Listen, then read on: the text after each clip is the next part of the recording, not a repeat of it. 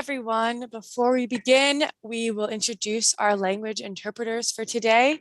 We have Spanish, Korean, Tagalog, Armenian, Mandarin, and Cantonese with us. And with that, I'm going to hand it over to Javier to do a quick introduction.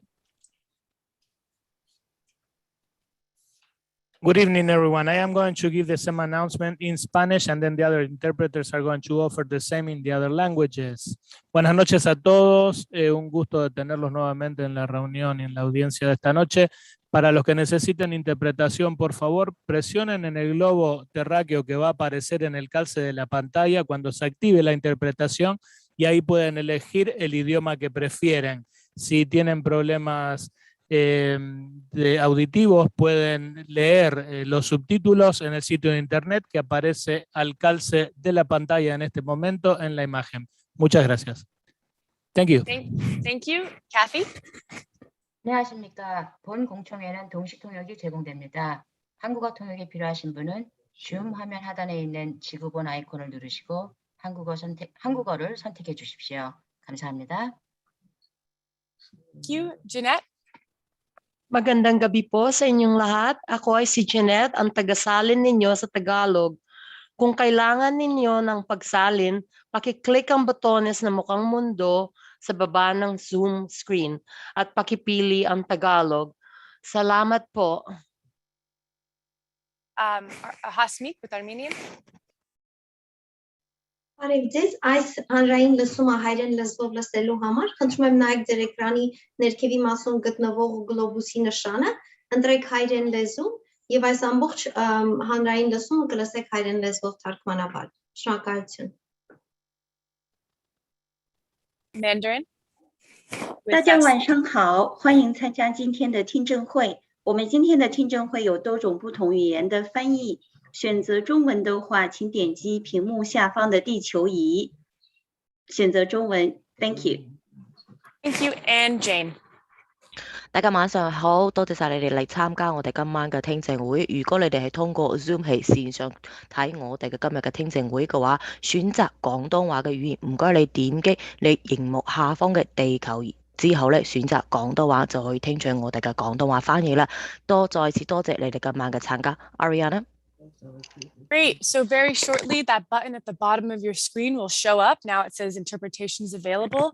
Everyone should select the language they'd like to listen to tonight, even if that's English or Spanish, Korean. That way we can have live translation. We also will have closed captioning available for folks tonight who would like to read along while we're doing this process. To do that, go to the bottom of your screen and select the closed captioning icon. And with that, I'll hand it back to Fred.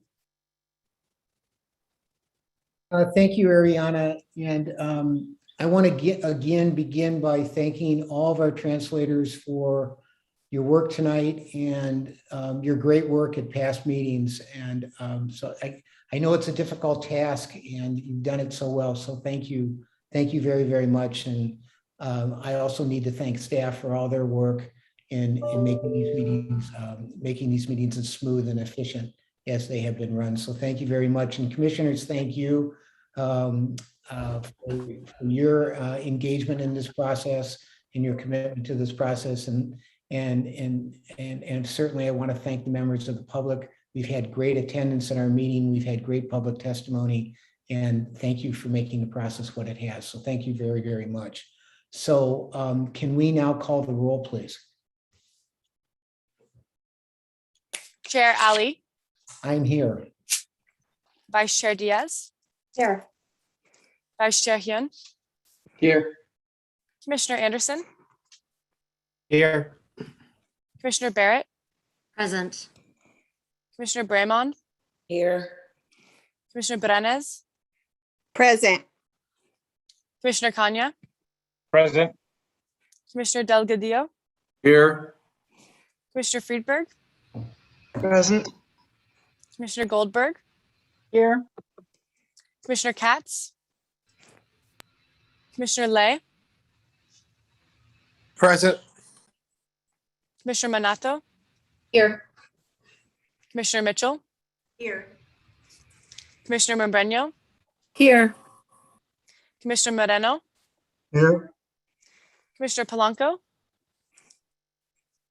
Commissioner Pritchard? Here. Commissioner Shaw, Here. Commissioner Torres. Here. Chair, we have a quorum. Thank you very, very much. And now I want to open it up for ex parte communication. And I have none. Commissioner Anderson. Yes, I'm talking to Fernando from CD10 today from 4:35 to 4:40, just to talk about the meeting today. And this was the Chief of Staff, Fernando. He's not chief staff, he's outreach coordinator. Okay, thank you. Commissioner Barrett. Yes, I was just looking up on my phone. I had a call yesterday, October 20th, starting at 1:58 p.m. for approximately 20 minutes with Jeremy Oberstein, Chief of Staff from the Office of City Controller Ron Galperin. We discussed the events of Monday and Tuesday night and what the process would be between finalizing the map and issuing the final report. Thank you, Commissioner. Commissioner Goldberg. Yes, yesterday at approximately 3 or 3:30, I had about a 15-minute call from several of the staff of CD4. We talked basically about the events of the previous day and the fact that we'll be voting on the map. Thank you, Commissioner Goldberg. Commissioner Friedberg. Yes, thank you, Chair. Today, around 2:10 p.m., I had a meeting with Senior Staff Jeannie Min from Council District 13 to talk about tonight's meeting and just process and public comments. Thank you, Commissioner. Commissioner Shaw. Yes, yesterday at 8:09, I talked with Solomon Rivera about the actions that happened on Tuesday. Thank you, Commissioner Shaw. And Commissioner Torres. Today at 1:31 p.m., I spoke with Ackley Padilla, Chief of Staff for Councilwoman Nuri Martinez. We spoke on some of the changes that were made to the map, as well as the agenda for this evening. Thank you, Commissioner Torres.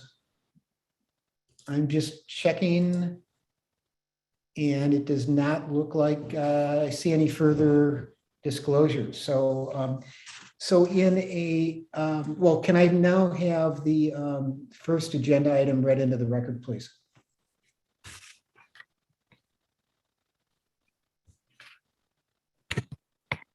Discussion and possible action regarding commission draft map and the commission's final map recommendation to the City Council.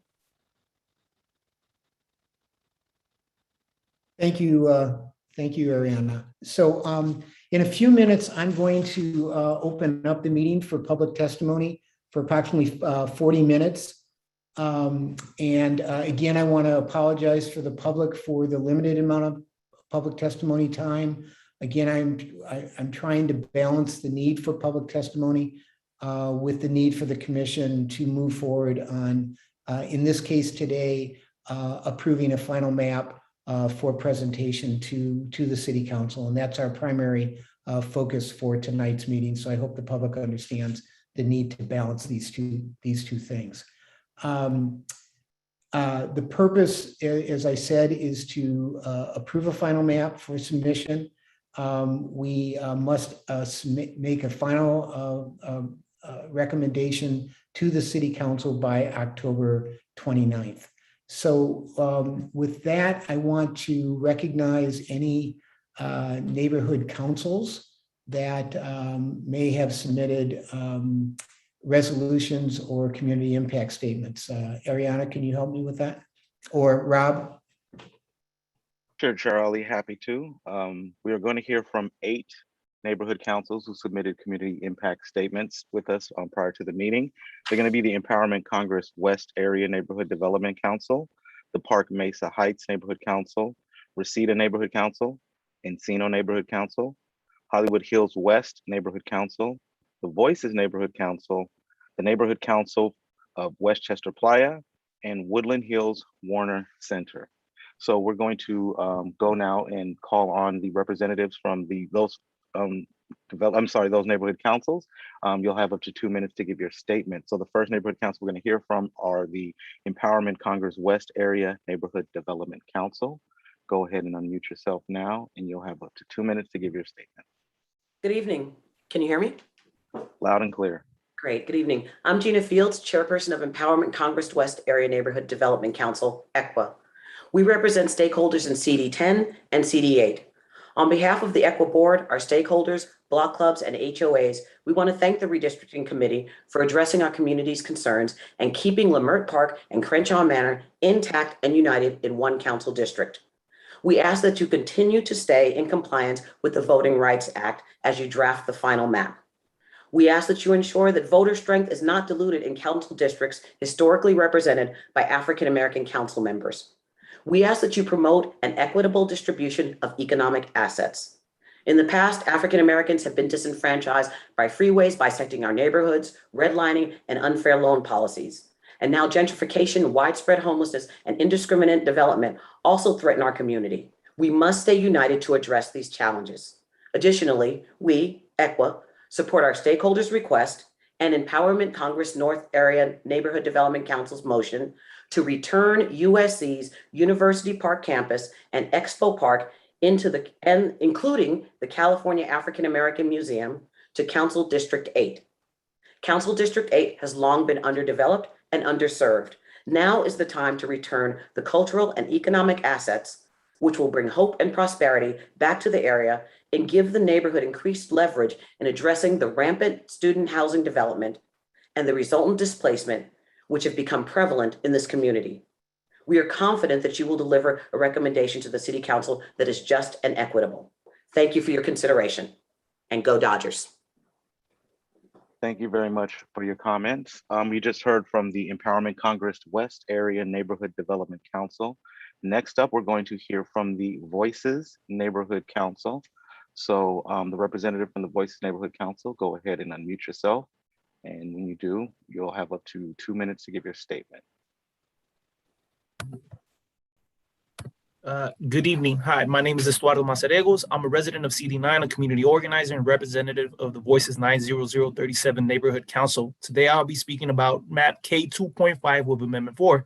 You all have partially corrected an unjust decision by returning USC to CD9, but today I implore you to take the next step and also return Expo Park to CD9 and keep CD9 intact as it exists today.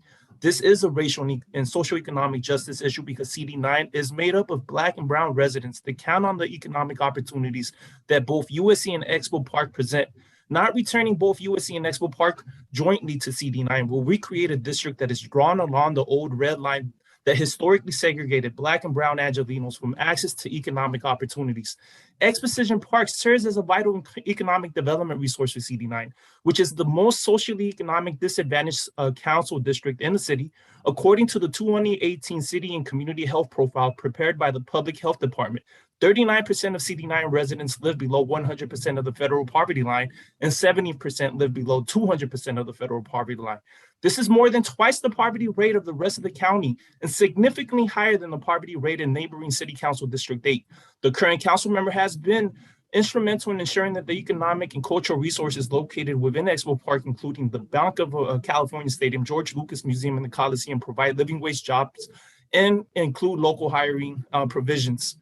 In addition, economic opportunity, Exposition Park provides vital recreational resources for CD9. CD9 has one of the lowest rates of park access in the entire county, according to the 2018 City and Community Health Profile prepared by the Public Health Department. There are 0.33 acres of park space per 1,000 people in CD9 compared to 0.53 acres in CD8 and 8.10 acres countywide. So returning Expo Park will correct a lot of these. Please return Expo and USC both to CD9.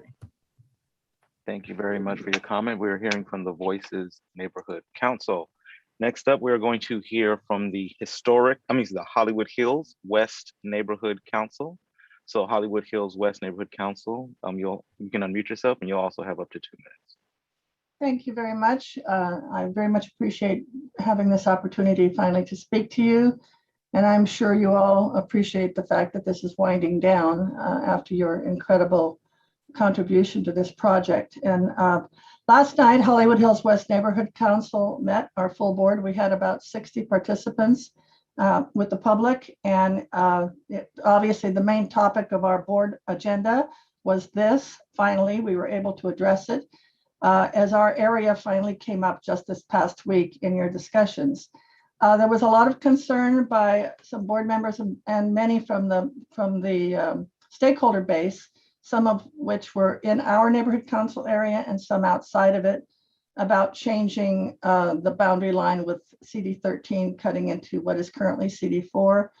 That was thoroughly discussed. What our main issue was to bring to your attention was in your adjustment on the border of CD 13, bringing it from Hollywood Boulevard southbound down Fairfax. You cut our historic preservation district of Sunset Square right down and left a third of it out. So we are requesting that that portion be included to make the historic preservation zone solid and whole again, as per the 2017 ordinance. And I will read you our motion. Our motion carried last night without amendment with a board vote of 18 in favor and 2 against. The motion reads, Hollywood Hills West Neighborhood Council Board supports map K25 Amendment 4 with a request for the Redistricting Commission boundary of CD 13 West to incorporate all of Sunset Square Historic Preservation Overlay Zone is established and visually mapped by the City of Los Angeles Ordinance 184726, passed on February 2nd, 2017, thereby preserving the historic district and unifying. Your 2 minutes are up. I hate to cut you off, but your 2 minutes are up. We're done. All right. Thank you very much. We just heard from the Hollywood Hills West.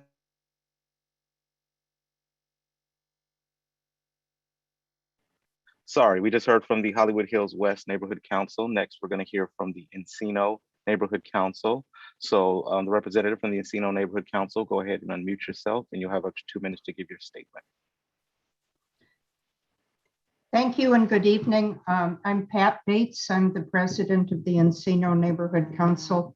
First, to all the commission and the staff, thank you for your service in this incredibly difficult task, especially given the confluence of extremely late arrival of census data and the time constraints under the new law. This has been a very tough job. We do appreciate it. We did have a very special Encino Neighborhood Council meeting this afternoon, and we passed 3 resolutions. CISs have been filed on all of them. I did get a notice of 2 of them. I haven't had time to look since. First of all, the first resolution is requesting that Encino be kept intact. A portion, about 10,000 of our residents were moved to a different council district. We urge that they be put back in with the rest of Encino in Council District 3. Secondly, and this is significant, I've reached out to some neighboring councils, and we are proposing a meaningful sharing arrangement of the Sepulveda Basin resources between CD 402 and CD3, with the goal of fostering collaboration and benefits to the area for everyone. We would appreciate it if that is considered. It won't be the final statement on that. Lastly, we have agreed to cooperate with certainly Reseda Neighborhood Council and their endeavors, and all our neighboring councils. We hope to have a better community for everybody. Thank you so much. Thank you very much for your comments. We just heard from the Encino Neighborhood Council. Next up, we're going to hear from the Reseda Neighborhood Council. So the representative from the Reseda Neighborhood Council, go ahead and unmute yourself. And you'll also have up to 2 minutes to give your statement. Hi, Jamie York, Reseda Neighborhood Council. I wasn't expecting to be able to speak again, so I'm going to focus on something that we haven't had as much of a chance to focus on. And that's disenfranchisement. The 2-4 district as created has created a district where 0% of the population that exists here will have a representative that they elected. And even worse, you're going to change those of us that are in the odd number district, because many of us were originally in 3. You're going to change it so that we don't have a voice in an election until 2024, which means that we're going to go 7 years without having a vote, which is almost 2 council terms. The disenfranchisement that you are doing to a minority-majority neighborhood is unacceptable. We don't know why, when the majority of the population of CD3 currently is in the 4-2 neighborhood, was assigned as 4-2, but that's what was done. But we do know that the disenfranchisement of folks who have traditionally been underrepresented and have had their voices not heard is unacceptable. We are a lower income and we are a majority community of color, and we don't have the advantages of wealthy and advantaged populations. And yet the disenfranchisement of our neighborhoods has been accepted largely by this board, with the exception of 1 commissioner. And we don't really understand that. The COVID pandemic, it greatly hurt our community, and we deserve to have a voice in the future of our neighborhoods. When we're moved from an odd numbered district to an even numbered district, we have our voices muzzled, and you shouldn't be complicit in doing that. And the voter disenfranchisement is not okay. Thank you, Speaker. Your 2 minutes are up, and we are now going to hear, we just heard from the Reseda Neighborhood Council, and next we're going to hear from the Park Mesa Heights Neighborhood Council, but we're going to have to do a little tech move to get them heard. So go ahead, Ariana. She's ready, actually. She's good to go. All right. So go ahead. I see you're unmuted. You'll have up to 2 minutes to give your statement. Okay, can you hear me? Loud and clear. Okay, this is Robbie Davis. I'm with Park Mesa Heights Community Council. I am the Hyde Park representative. I'm coming into this meeting not to give you accolades, but to decry the actions of Tuesday, October 19th. Park Mesa Heights Community Council is one of the neighborhood councils that came in and informed you of the utter denigration of Council District 8 in the last 2011 districting, that we were literally gutted of Lamert Park, USC, Exposition Park, all to the benefits of other council districts. Now, instead of attempting to hear our voices, you have instead inclined yourselves towards listening to CD9 indicate economic impoverishment, although they have enjoyed for 10 years LA Live, Los Angeles Convention Center, Staples Center, downtown Los Angeles, Exposition Park. So I want to put you in remembrance of the fact that you said you were committed to equity.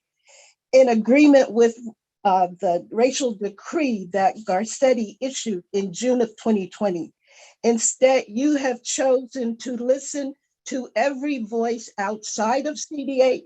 We call you into accountability and to literally do what you were proposed to do. That is to perform equitably with all council districts. We're not asking you to give us something. We're asking you to be responsible for returning what was stolen. Why would you think that it's equity to allow CD8 to walk out of these proceedings having no economic asset whatever to the benefit of all other council districts? This is obviously more than reprehensible. Thank you, It's Speaker. actually despicable. We'd like you Speaker. Your to time is up. correct your action. You have one I hate last to cut you off, Speaker, but your time is up. Thank you very much. All right. We also, we were planning to hear from 2 more neighborhood councils this evening, the Neighborhood Council of Westchester Playa and the Woodland Hills Warner Center Neighborhood Council. Unfortunately, we're not able to identify them to give them an opportunity to speak. So we would ask their representatives to make sure that you check your instructions on the email sent to you to confirm your ability to speak at tonight's meeting. We also want to give a reminder to the public, if you are representing a neighborhood council and you would like to speak at our upcoming meetings on a community impact statement, please make sure to file one through the city clerk's portal and direct your CIS towards the Los Angeles City Council Redistricting Commission and use council file 20-0668, and we will make sure to flash a graphic on the screen. I'll give everybody a visual in a way to see this same information. So once again, Chair Ali, we did have 2 more neighborhood councils we were planning to hear from, but unfortunately, we're not going to be able to hear from them right now. Okay, so thank you very much, and maybe we'll open up for public testimony, and maybe we'll hear from them. So with that, I do want to turn to 40 minutes of public testimony. All right, thank you very much, Chair Ali. In conformity with the state law AB 361 and due to concerns over COVID-19, the Los Angeles City Council Redistricting Commission meetings will be conducted entirely virtually and telephonically. Members of the public who would like to offer public comment via Zoom webinar on the items listed on the agenda should click the raised hand function on your screen and you'll join our speakers list. Members of the public who would like to offer public comment on the items listed and are attending via the phone should press *9 to join our speakers list. And once again, we know that not everyone will have an opportunity to give vocal public testimony, but if you would like to give written public testimony, I'm sorry, we are no longer accepting any written testimony as of today. So we wanted to make sure that we made that announcement before we proceeded with tonight's meeting. And now I'd like to introduce Harit Trivedi from the City Attorney's Office to go over the ground rules for public comment. Harit. Thank you, Rob. To members of the public calling in to provide public comment to the commission tonight, when it's your turn to speak, we'll announce your name, identifying information of the last 3 digits of your phone number. When we announce your name, number, or identifying information, that it's your turn to speak, so please immediately unmute yourself and press *6 to do so. You have 1 minute per person to speak on tonight's agenda item, with additional time to translate comments by non-English speakers. We understand that you might be listening to the broadcast of the meeting on the internet or another device. Because there's a time delay between the live meeting and the broadcast, please keep one ear on your phone so that you may hear when we call your name and that you may immediately unmute yourself. Otherwise, we might think you're no longer on the line and move on to the next speaker. Also, if you're listening to the broadcast of the meeting on the internet or another device, please immediately turn down the volume of that broadcast so we can avoid feedback and confusion because of the time delay. When speaking on the agenda item tonight, you must be on topic. If you are not speaking on the agenda item, or if we cannot tell whether you're speaking on the item, you'll get a brief warning from me, the chair, or the executive director. If you do not immediately return to topic, we'll have to move on to the next speaker and forfeit the rest of your time. Finally, I'd like to warn you, commissioners and members of the public, that some members of the public may choose to use modes of expression that are offensive or vulgar, including perhaps the use of racial epithets. Some of that content is First Amendment protected speech, and there's little we can do but to hear it. Members of the public, however, may turn down the volume of the broadcast if they do not wish to listen to any vulgarities or offensive language. With that, I'll pass it back to the chair. Okay, thank you very, very much, Harit. And with that, with those instructions, Rob, I would like to open up for 40 minutes of testimony. All right, Chair Ali. Good evening, Angelinos. We'd love to hear from you this evening. We're going to call out the speakers in groups so that everyone has a chance to prepare their comments. And if we do call on you and we don't hear from you right away, we may give you a chance to come on the line, but if we don't hear from you right away, we may move on. Our first group of speakers include the following names: Jennifer Hunt Gudernach, Glenn Bailey, and caller ending in phone number 289. So Jennifer Hunt Gudernach, go ahead and unmute yourself. You are our first speaker, and you'll have up to 1 minute to give your comment. So once again, we're starting public comment. Our first speaker is Jennifer Hunt. Go ahead and unmute yourself. It'll be the only way we can hear from you. Hi there. Hi, can you hear me? Loud and clear. Okay, perfect. I just wanted to say I am on the Reseda Neighborhood Council, but tonight I speak for myself. It is so important for there to be equity in this redistricting process. And it is so important for District 4-2 to have a part of the Sepulveda Basin as well as a part of the Warner Center. These are our assets and our engines, and it's if without them we are totally stripped and have nothing. So it's so important for you to keep those in District 4-2, the Warner Center, and at least a portion of the Sepulveda Basin. These are things that are so important. We're already a district that is deprived of parks and green space. We need to have a say in a portion of the Sepulveda Basin. And it is just so disappointing that we will not have any representation that we voted for. So please at least take these things into consideration that we need. Thank you so much for your time and everything you've done.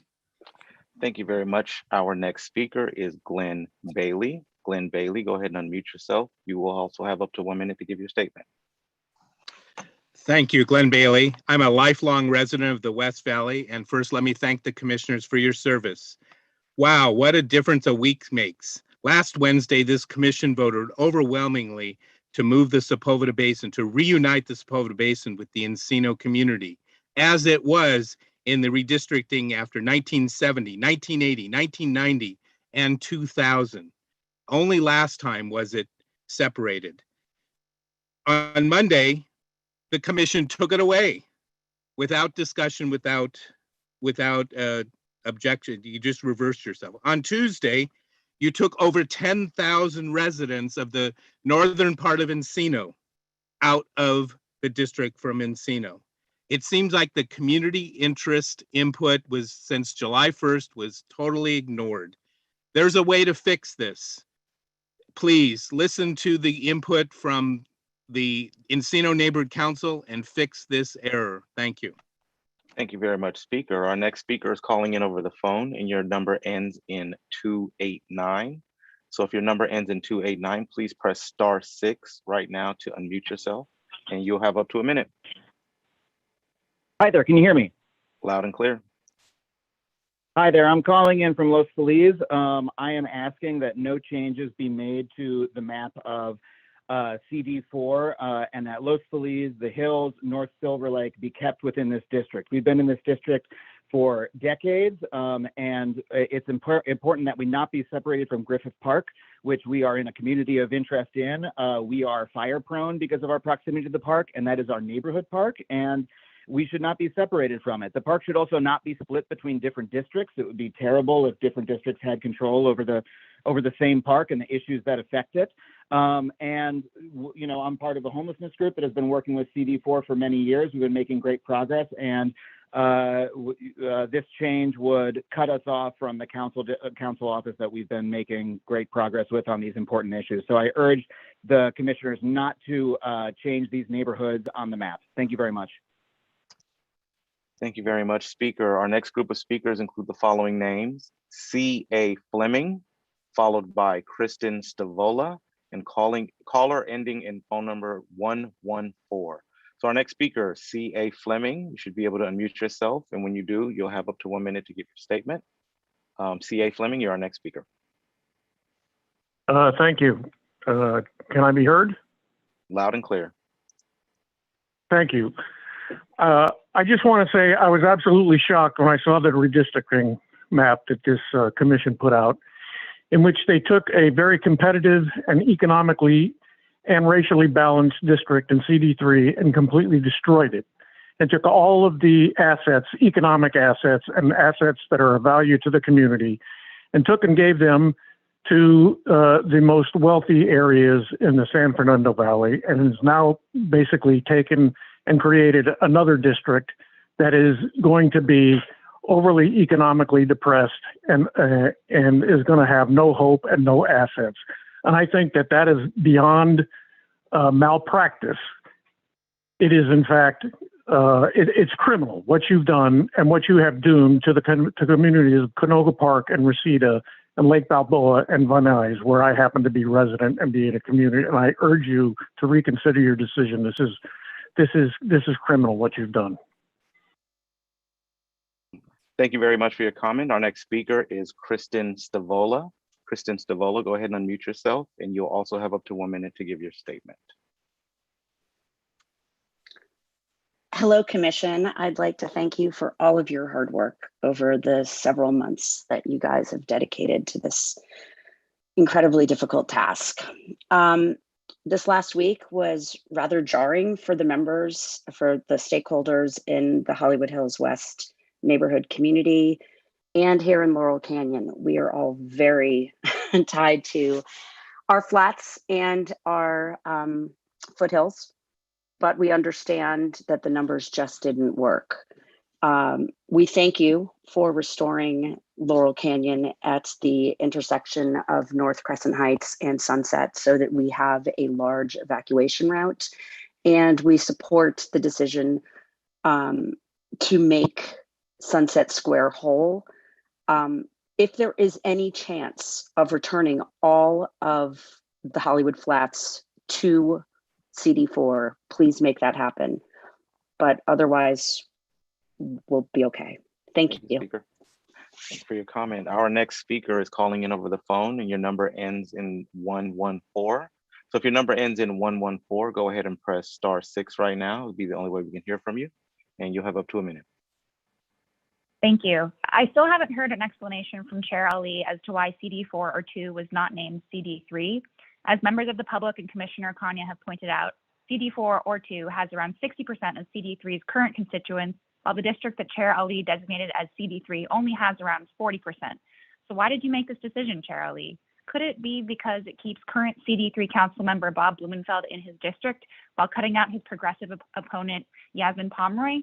Commissioners like Ali, Katz, Polanco, and Delgadillo are faced with an existential threat by the mere existence of progressive local politicians like Pomeroy and Nithya Raman, who challenge the entrenched, corrupt power structures that have been propping up their careers for decades. So for them, this map would kill two birds with one stone. It strips Nithya of most or all of her constituents, and it stops another Nithya from getting onto council. So if that wasn't the reason, then what was? I feel like Chair Ali can't answer because there isn't really a truthful answer that wouldn't expose the unfortunate true nature of this commission. Thank you. Thank you, Speaker. Our next group of speakers are going to include the following names, so we want to give you a chance to prepare your comments. They are DJ Frank, Terry Tippett, and caller ending in phone number 782. So DJ Frank, you are our next speaker. Go ahead and unmute yourself and you'll have up to a minute to give your statement. Once again, our next speaker is DJ Frank. This might be our last chance to hear from you, so we want to give you a chance to unmute yourself. There you are. Okay, can you hear me? Yeah, I'm sorry. Loud and clear. Computer freaked out for a second there. Okay, thank you, commissioners, for your hard work, and I implore you to do the only equitable, moral, and democratic thing to do. Change the proposed District 4-2 to CD3 and the proposed District 3 to CD4. Do not allow the blatant cronyism on display with the current configuration to stand. When the vast majority of current CD3 constituents are shifted to another district, the only correct thing to do is to shift the district with them. To do otherwise is simply a clear attempt to keep Councilmember Blumenfield in a wealthy and powerful district and allow him to abandon his most vulnerable and needy constituents. Shame on him and his representative, Commissioner Katz, for not speaking out against this undemocratic crime against the voters. Please don't allow this inequitable farce of redistricting to stand. I would also like to state that it is of utmost importance that both districts 4-2 and 3 share the assets of Sepulveda Basin and Warner Center and Encino be kept whole. It is not in the interest of the citizens of LA that only one council district should have control of the Warner Center with its ongoing development opportunities. Having that much power in the hands of only one council member is a recipe for corruption. We do not need another England or Cuisinart Ridley Scott. Thank you, Speaker. Your time is up. Appreciate your comment. Our next speaker is Terry Tippett. Terry Tippett, go ahead and unmute yourself. We can see you're ready to speak. You'll have up to a minute. Hello, thank you again to the commissioners and especially to the staff who we have worked so closely with during this last month of this process. I want to say that the WNC Westside Neighborhood Council supports map K2.5 amendment 4. We support that we as a council district are in one district, which we are grateful that you have been able to do for us. I'm also the president of the Westwood HOA, and our board also supports K2.5 Fourth Amendment. Thank you. Thank you very much for your comment, speaker. Our next speaker is calling over the phone and your number ends in 782. So caller ending in 782, please press *6 to unmute yourself. It'll be the only way we can hear from you. You'll have up to 1 minute when you do. We know sometimes when folks are calling in over the phone, they may be parking or trying to get settled. So if you're calling in, your number ends in 782, please press *6 now. There you are. Hello. Thank you for the time. My name is Ignacio Escamilla, and I'm a homeowner of City 9 since 1994. I'm part of the 64% Latino voters in City 9. And we are Latino community from South Central that has been forgotten and neglected by all leaders. We need much economic engines and our brothers and sisters in the 8th city. We need Expo and USC in the 9th district to help us bring the community out of poverty, and district to help bring our community out of poverty and high unemployment rates that we are in the district with more people living below poverty levels. Also, remember that CD9 also has a Black community that is being dismissed by Valerie Shaw, when in South Central, the Black and Brown community has been working together to better our community as a whole. Commissioner Shaw is dividing us by saying only the African American voices are being heard. Please keep the district Ward 9, City 9. Thank you. Thank you for your comment. Our next group of speakers include the following names: ACE or ACCE, followed by Hillary DeVries and Adam Conover. So ACCE, go ahead and unmute yourself. You'll have up to 1 minute to give your statement. You are our next speaker. So once again, we're hearing from a speaker on the Zoom call identified as ACCE or ACE. This might be your last opportunity to be heard by the commission. I want to give you 1 more second to unmute yourself. So you're our next speaker. Okay, we're going to go ahead and continue on to the list. Hillary DeVries, you are our next speaker. Go ahead and unmute yourself now. When you do, we'd love to hear from you. You'll have up to 1 minute to give your comment. I think I'm unmuted. Am I unmuted? Yes, you are. Loud. Okay, You thanks. can go ahead and speak. I'm a 25-year resident of the Laurel and Nichols Canyon areas and the co-chair of the Woodstock Road Homeowners Coalition within the Hollywood Hills West Neighborhood Council. The commissioners should know that the community of interest statement that was read tonight is not representative of our Hillside community residents. That motion was put forward at the meeting last night, was presented at the last minute with no opportunity for real discussion or debate, and the majority of the Hillside residents in our neighborhood council do not support it. We want to retain Area 7 within CD4. This area directly south of Laurel and Nichols Canyon and Runyon Canyon shares a crucial ecosystem, and we need to retain it. It's also our primary evacuation route. Just as the Bel Air Beverly Crest Neighborhood Council asked to remain united with its southern neighbors of Westwood and Century City, and Los Feliz has asked and been granted reunification with Griffith Park, we in the Hollywood Hills want to remain united with our adjacent communities to the south, and we are asking the commission to look again at these boundaries. Thank you. Thank you very much for your comment. Our next speaker is Adam Conover. Adam Conover, go ahead and unmute yourself, and we'd love to hear from you. You'll also have up to 1 minute to give your comment. Once Hello. again, there you go. There you are. Yeah, I would just like to say that please do not separate Los Feliz and North Silver Lake and the Hills from what has been CD4 or is one of the 2-4 districts. We are part of Griffith Park. We should not be separated from it. And the work that is currently being done by the CD4 Office on Homelessness to serve our unhoused residents is crucially important, and their lives would be seriously disrupted by a disruption and by a redistricting and a change of council member at this time. So once again, please do not separate those districts from CD4. Thanks for your time. Thank you very much for your comment. Our next group of speakers include the following names: Nenegest Leak, Michael Stein, and the Greater Wilshire Neighborhood Council. So Nenegest Leak, you are our next speaker. Go ahead and unmute yourself. And when you do, you'll have up to 1 minute to give your statement. And if we mispronounce your name, just introduce yourself. That's okay. Hi, can you hear me?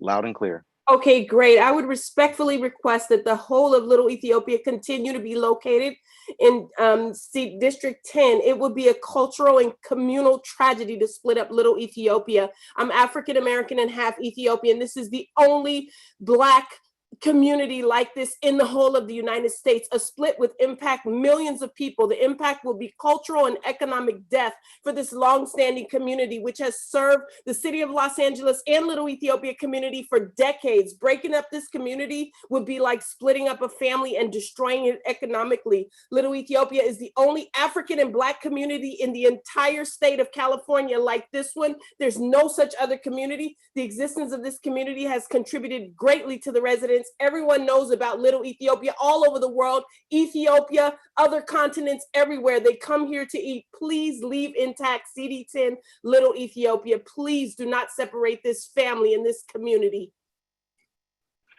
Thank you very much for your comments, Speaker. Our next speaker is Michael Stein. Michael Stein, go ahead and unmute yourself. You'll also have up to 1 minute to give your testimony. Can you hear me? Loud and clear. Great, thank you. My name is Michael Stein. I am a 40-year resident of the Shadow Hills community.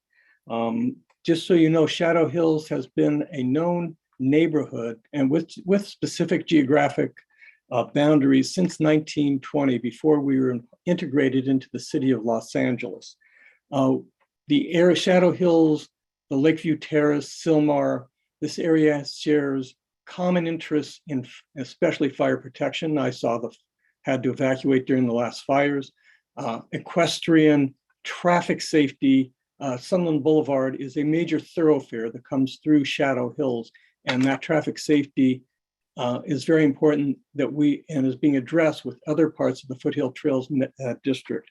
We're very happy to see most of what you've done, but last Tuesday noticed that you took out a chunk of the southern part of Shadow Hills, and that didn't see that in the map before last Tuesday, and now today we see that section taken. Would like you to reinstate Shadow Hills. Thank you. Thank you very much for your comment. Our next speaker is going to be as identified as the Greater Wilshire Neighborhood Council. So the Greater Wilshire Neighborhood Council, go ahead and mute yourself. You have up to 1 minute. Good evening, commissioners. This is Conrad Starr, president of the Greater Wilshire Neighborhood Council. I'm speaking on the commission's current draft map. As the official representative of the GWNC, it's my duty to clarify for the commission that the GWNC has not changed its position. Our preference is to be united in one council district, and we're completely opposed to any further splitting of our area. I was unable to attend Tuesday's meeting, where portions of the GWNC were moved from CD5 to 13 in the draft map. Please note, I have not expressed to the commission by telephone or any other means anything but our official position. Please reunite the entire Greater Wilshire Neighborhood Council in one district. Thank you so much. Thank you for your comment, Speaker. Our next group of speakers include the following names. We want to give them a chance to prepare themselves. They include Raul, Carlos Leon, Geneva R., and Maria Rutledge. So Raul, you're our next speaker. Go ahead and unmute yourself. You will have up to 1 minute to give your statement. Comisionados, ¿me escuchan? Alto y claro. Qué bueno, gracias. Buenas tardes. Mi nombre es Raúl Martínez. Como residente del distrito número 14, les pido que por favor mantengan el distrito 14 en el mapa como lo muestra K2.5, enmienda 4. Queremos continuar dentro de este distrito. Y por favor, les pido que escuchen nuestras voces durante este largo proceso de la redistribución de distritos. Comisionados, hemos pedido que por favor aprueben el mapa que mantiene el distrito número 14, como lo indica K2.5, enmienda 4. Y quiero agradecerles todo el trabajo que están haciendo. Muchas gracias. Thank you, Speaker. Our next speaker is Carlos Leon. So Carlos Leon, go ahead and unmute yourself. You will also have up to 1 minute to give your public testimony. Good evening. Can you hear me? Loud and clear. Great. Good evening, Commissioners. Thank you for all the work that you have done. I'm asking all of you to be courageous and leave a legacy of real equity and racial justice when this process is done.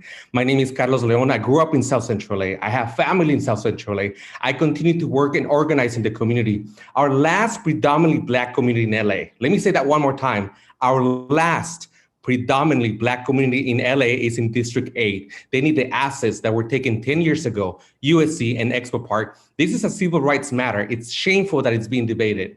As a young Latino growing up in South Central LA, I was able to witness the aftermath of the civil unrest in 1992. Since then, I kept witnessing the decades of disinvestment and injustices in a predominantly Black community at that time. Our Black community has continued to be pushed out of South Central LA as a result of anti-Black practices, historical racist policies, redlining, over-incarceration, and now gentrification. How can we have a 69% LA Black, yet almost half of the homeless population is Black? It makes no sense. Thank you, Speaker. That Your the time only is up. African American museum is not in a predominantly Black district. Thank you, Speaker. Your time is up. Sorry to cut you off.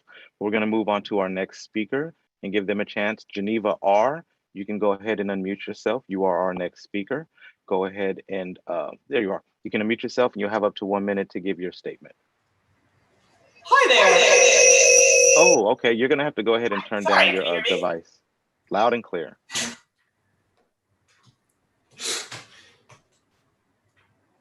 Go ahead. We can hear you. All right, speaker. We're going to go ahead and start your clock, but we can hear you. All right. Well, we're going to move on to the line. Move on down the line. We're going to hear from Maria Rutledge. Maria Rutledge, you are our next speaker. Go ahead and unmute yourself, and we'd love to hear from you. You have up to 1 minute. We are the Latino community from South Central that has been forgotten and neglected by our leaders. We need as mass economic engines and our brothers and sisters in the District 8. We need Expo and USC in the District 9 to help bring our community out of poverty and high unemployment rates. Remember that City 9 also has a Black community that is being dismissed by Valerie Shaw. When in South Central, the Black and Brown communities have been working together for years to better our community as a whole. Commissioner Shaw is dividing us by saying only African Americans babies are being hurt. Please keep the district whole, City 9, City 8, and City 14. Thank you for your hard work, commissioners. Thank you for your comment, speaker. Our next group of speakers include the following. We have a caller ending in phone number 787, followed by Gina Zavala, followed by Deborah Rosenbaum. So caller ending in phone number 787, please press *6 now to unmute yourself. You are our next speaker. Once again, our next speaker is calling over the phone and your number ends in 787. If you press *6, we'll be able to hear from you. This may be the only opportunity we get to call on you this evening. So once again, our next speaker is caller ending in phone number 787. All right, well, we're gonna go ahead and continue on down the line, and our next speaker is now Gina Zavala. So Gina Zavala, go ahead and unmute yourself. You'll have up to 1 minute to give your comment. We'd love to hear from you. Hola, mi nombre es Gina Zavala. Somos la comunidad latina en el sur de Los Ángeles, la que ha sido olvidada y descuidada por nuestros líderes. Necesitamos motores económicos, al igual que nuestros hermanos y hermanas del Distrito 8. Necesitamos USC y Expo Park en el Distrito 9 para ayudar a sacar nuestra comunidad de la pobreza y reducir las altas tasas de desempleo que tenemos en el Distrito 9. Que tiene un mayor porcentaje de personas que viven por debajo de los niveles de pobreza. Recuerde que el Distrito 9 también tiene una comunidad afroamericana que está siendo despedida por Valerie Shaw, cuando en el sur de Los Ángeles la comunidad afroamericana y latina ha estado trabajando juntos para mejorar nuestra comunidad. La comisionada Valerie Shaw nos está dividiendo al decir que solo los bebés afroamericanos están siendo lastimados. Exijo que la comisión mantenga el Distrito 9, el Distrito 8 y el Distrito 14, al igual que hasta ahora. Gracias, comisión, por su arduo trabajo. Se les agradece de todo corazón. Bendiciones. Thank you, speaker, for your comment. Our next speaker is Deborah Rosenbaum. So Deborah Rosenbaum, go ahead and unmute yourself, and you'll also have up to 1 minute to give your comment. Hi, my name is Deborah Rosenbaum. I'm the president of Soho Neighborhood Association. We are the South Hollywood Neighborhood Association, and we are not supporting the new district. We want to continue our relationship with the GWNC, and we've had a relationship with them for the last 9 to 10 years.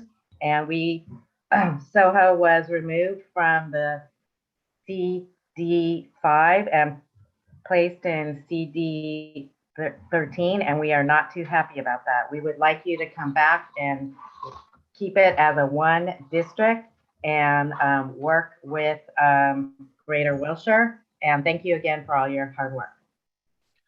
Thank you very much, Speaker. Our next group of speakers are going to include the following names so they have time to prepare their comments. They are Leon B., followed by Alan Antonio, and then a caller ending in phone number 915.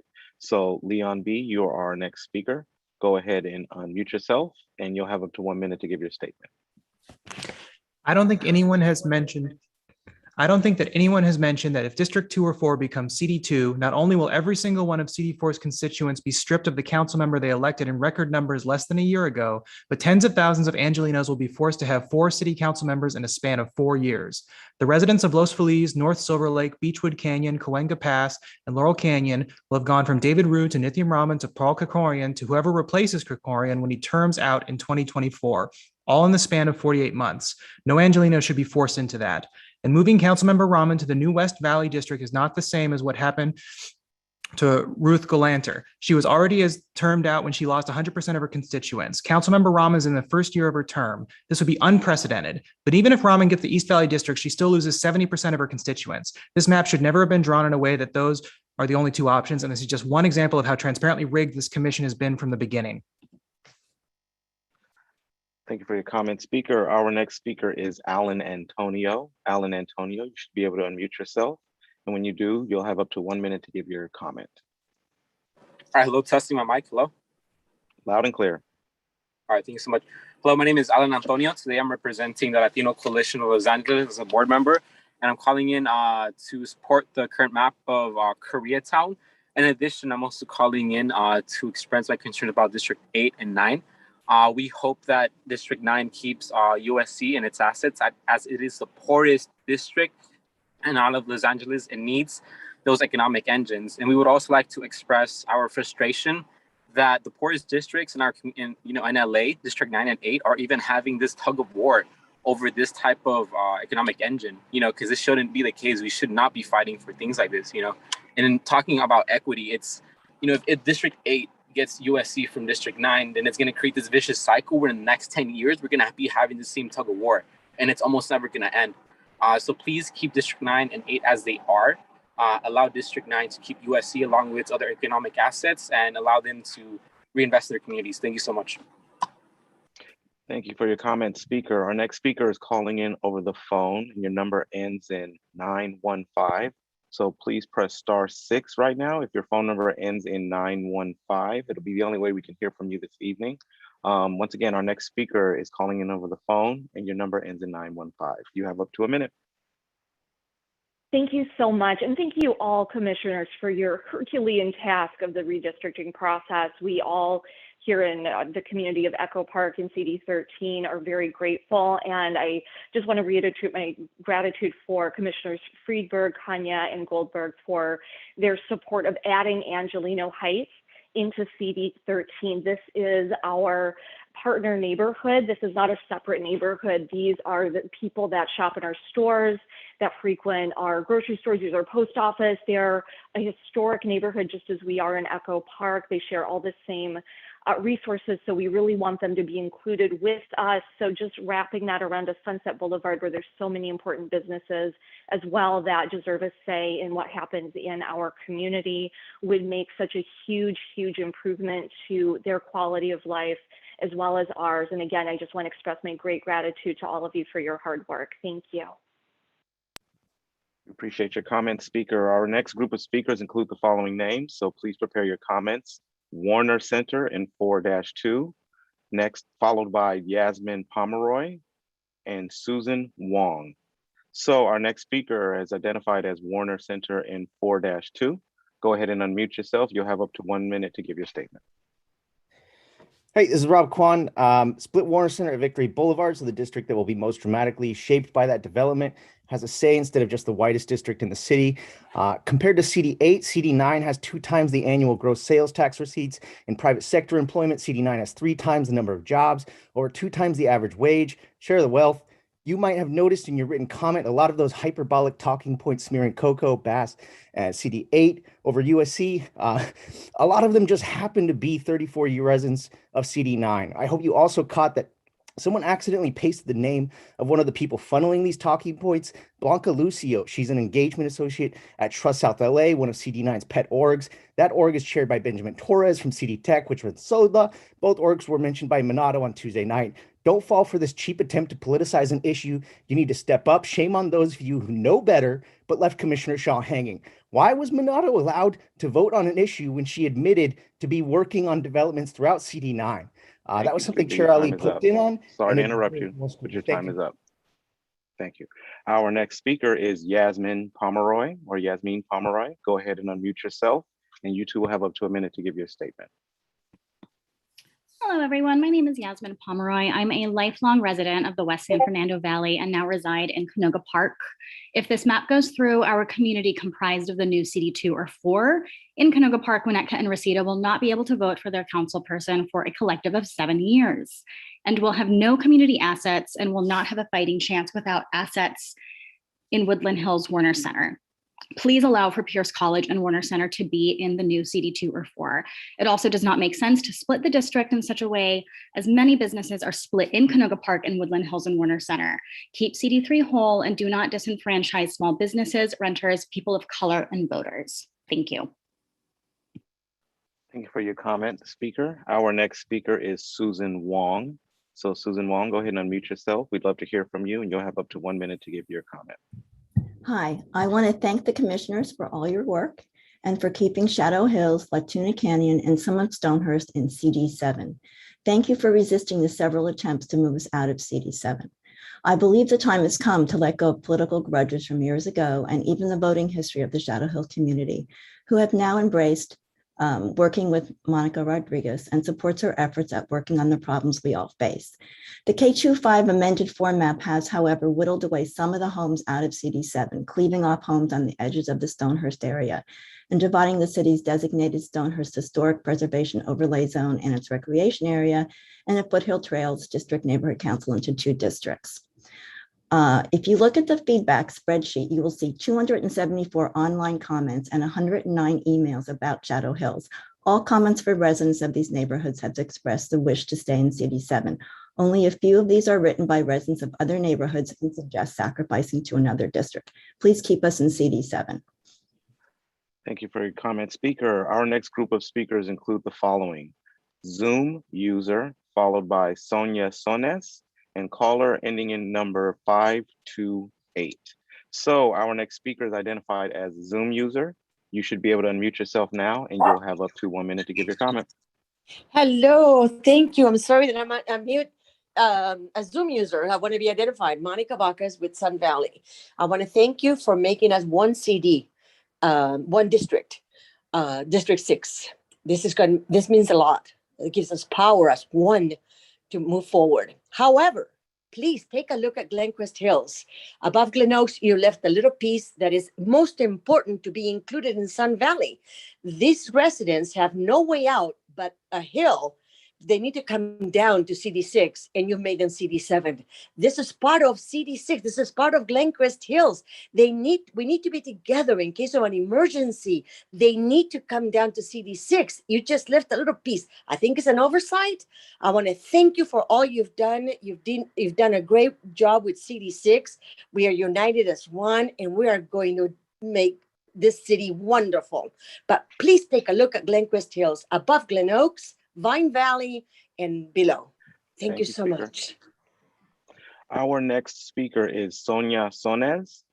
So Sonia Sones, go ahead and unmute yourself. You'll also have up to 1 minute to give your statement. So once again, our next speaker is Sonia Sones. We'd love to hear from you, but you have to unmute yourself. And when you do, you have up to a minute to give your comment. All right, I don't think we're going to be able to hear from this speaker, so we're going to go ahead and move on in the line to hear from caller ending in number 528. So if you're calling in and your number ends in 528, please press *6 now. We see that you have up to a minute. Thank you. I wanted to start by thanking the commissioners and the staff. You guys have done a great job. My name is Tani Kay. I live in Highland Park. And I wanted to thank you for changing back CD14 portion of Highland Park from CD1. We wanted to be all in CD14, but at least we have the same that we had in the past. I'm glad that you heard the concerns about the businesses on York, the Highland Park Senior Center, and especially the tiny homes. I was at the ribbon cutting this morning for the tiny homes, and we were pleased that it will remain in CD14 since Kevin De Leon is the one who has done all the work there. We hope you'll include in your report to the City Council a recommendation that the south side of York should also be included in the CD14 portion of Highland Park. And thank you again for listening to the citizens of Highland Park. Thank you. We appreciate your comment, Speaker. The next group of speakers include the following names, so we want to give you a chance to get ready. Stephanie Tong, followed by user identified as BJ, and Sherry Gashche, or Sherry Gashchi. So Stephanie Tong, you're our next speaker. Go ahead and unmute yourself. You'll have up to a minute to give your statement. Once again, our next speaker is Stephanie Tong. When you unmute yourself, we'd love to hear from you. All right, I don't know if we're going to be able to hear from our next speaker, so we're going to go continue on down the list. Our next speaker is now BJ. So BJ, go ahead. You should be able to unmute yourself now, and you'll have up to a minute to give your statement. Good evening. My name is Billy Green, and I'm a resident of Council District 10, Harvard Heights HPOZ, president of West Adam Heights Sugar Hill Neighborhood Association. My community support map 2.5, fourth draft. Thank you for keeping our neighborhood and CD10 with the communities that we have in common. We're also asking that you make CD8 and CD9 whole by returning SC and the Expo Center to CD8 and letting Staples Center stay in CD9. Thank you for all the work that you're doing, and we appreciate that this is really a hard job for you, and we support you. Please do not change CD10. Thank you. On the East End at Normandy. Thank you. Thank you very much for your comment, Speaker. Our next speaker is Sherry Gashche, or Sherry Gashche. So sorry if we mispronounced that. You can unmute yourself, and you'll have up to a minute to give your statement, and you can reintroduce yourself if we mispronounce your name. Oh, hello, can you hear me? Loud and clear. Okay, perfect. My name is Sherry Gashche. I'm on the board of the Soho Neighborhood Association. And just real succinctly, we really reject being pushed into CD13 and would like to be included in CD5. We have a long-term relationship with the Greater Wilshire Neighborhood Council and the adjacent neighborhood associations. We have common interests, and we've worked for a decade on, common issues. So we just would like to be included in CD5. We're kind of an anomaly, but we were 100% residential for our little bit of Hollywood. So we would like to be in CD5, much more in common. And thank you all for your time and service. We appreciate your comment, Speaker. Our next speaker is Henry Aaron, followed by Lena Ivazian. So Henry Aaron, go ahead and unmute yourself. You're our next speaker. You'll have up to a minute to give your comment.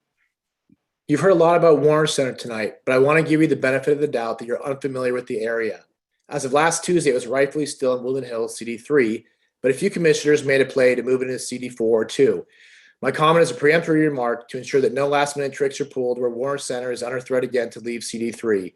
Why is this important? Because Warner Center is a master plan called Warner Center 2035. The stakeholders of Woodland Hills, including the Neighborhood Council, Homeowners Organization, and many concerned citizens, spent thousands of hours and over 5 years working with the CD office and the planning department creating the Warner Center 2035 master plan. You wouldn't know that, of course, but I'm informing you now so you can see how tragic it would be to remove it from the stakeholders who spent those thousands of hours and still work today on approving or denying all these massive developments and who know the master plan inside and out. With respect to my friends in Canoga Park, Winnetka, and Reseda, you've never been involved with the planning of the Warner Center in the past, not because you weren't invited to take part, but no one from your community showed up to put the plan together. So why should the commission just give you Warner Center now when you've been absent all these years in planning? To be clear, we want to be unified and denounce K25. We don't want C3 broken up. I hate to interrupt you, but I'm going to. Speaker, your time is up. Our next speaker is Lena Ivasian. Lena Ivasian, go ahead and unmute yourself and you'll have up to a minute to give your statement. Hello, can you hear me? Loud and clear. Okay, thank you. Thank you. My name is Lena Ivasian, Secretary of Warner Gardens HOA, which has voted to speak on behalf of all 60 units complex. WGH sits between Owens Mouth and Canoga, south of the LA River. I'm a little bit appalled by the speaker who just spoke and saying that we were not involved. We have been involved. We've been going to the meetings. I have. Personally, my daughter has, and many other board members have. So yes, we've been involved. And our property currently sits in the River District of the Warner Center 2035 project. We walk to the mall, we patronize, and we enjoy it. Now we are being separated from the WC project. For evenings listening, one begins to wonder if Commissioner Richard Katz was going to speak. He spoke. All negative for 4.2 to 4-2 to have any assets. Adamant not to include WC in the 4-2, leaving one to wonder, is there a bridge between Katz and the Holder District for Bloomingfield? Also, Commissioner Goldberg went all but silent Tuesday regarding WC. 4-2 is being disfranchised in several fronts, population, economic engine, leaving little to no assets. Thank you so much. Your time is up. All right. Chair Ali, I do believe we reached the 40-minute mark for public comment.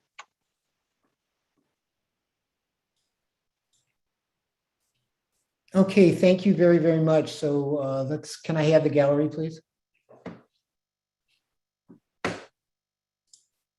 Thank you. So let's bring public testimony to a close. I want to thank people for their testimony tonight. And now I want to move on to consideration of the map before us. And in order to begin this presentation, I want to ask Paul and Frank to provide us with an overview of the map as it stands today. This is K25 final. And so Paul, Frank, do you want to provide that overview? I also want to alert the commission that we have as part of the presentation, I'm going to also ask for a review of our deviation analysis, as well as a review of neighborhood council splits. So Frank, I'm going to turn it to you.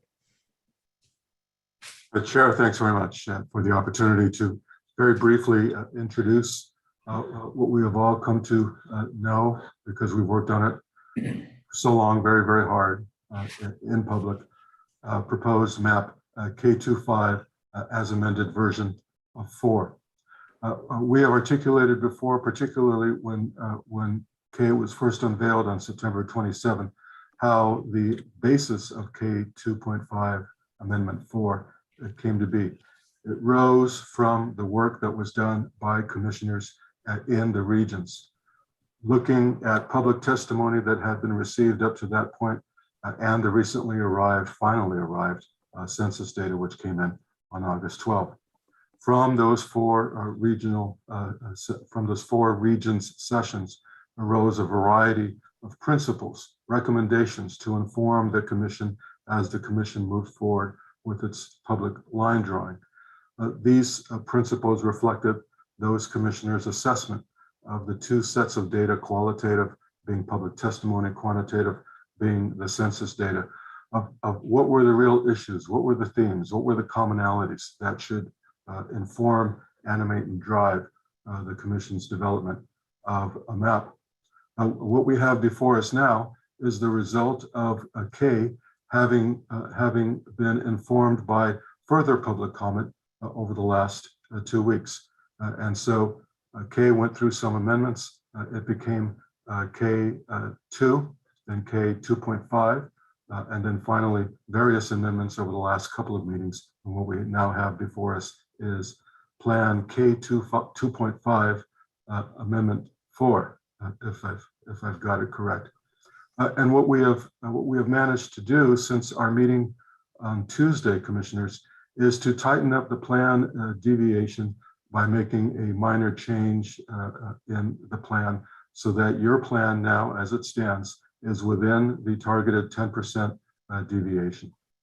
So with that very brief introduction, Paul, if we can turn it over to you to discuss the map, particularly from the perspective of the overall population deviation that we know is so important, and also something of much importance to this commission are splits of existing neighborhoods and the extent to which this commission has improved markedly on what was accomplished 10 years ago. Paul Mitchell. Thank you very much. So we, would you like for me to show the K 2.5 final? Is that what we, Yes, I sent that yeah. into Ariana. Great. Yes, please. So we have for the commission, I believe Ariana has this now as a PDF and as a web map, the K 2.5, and there's two formats, one that the commissioners maybe haven't seen yet, and maybe we can get this out to everybody. So the K 2.5 final, as we have amended through a number of deliberations over the last several hearings, through hours of live line drawing. This is the overall plan. As you're probably familiar by now, the plan after the cover page has a data table. When we look at the total deviation, that's the third row down, we can see that the highest deviation of any individual district in this gray shaded area is District 5, which is at 5.5% over. We have a couple at 5.1 and 5.3% over, but what's really important is the difference between the highest and the lowest. With the 5.5% over, the district with the greatest amount of under is 4.2, that's District 13, and the same 4.2 under for District 4 or 2. So that total deviation ends up being 9.7%, so under the 10% deviation range. The atlas also has individual pages for each district, so you can see a little bit better the street level information. Then, of course, the web maps allow you to zoom in entirely. We've also provided for you a version of this that shows the overlay with the neighborhood councils. And so you can see the labels of the neighborhood councils and where they have followed the neighborhood councils and where there are divisions.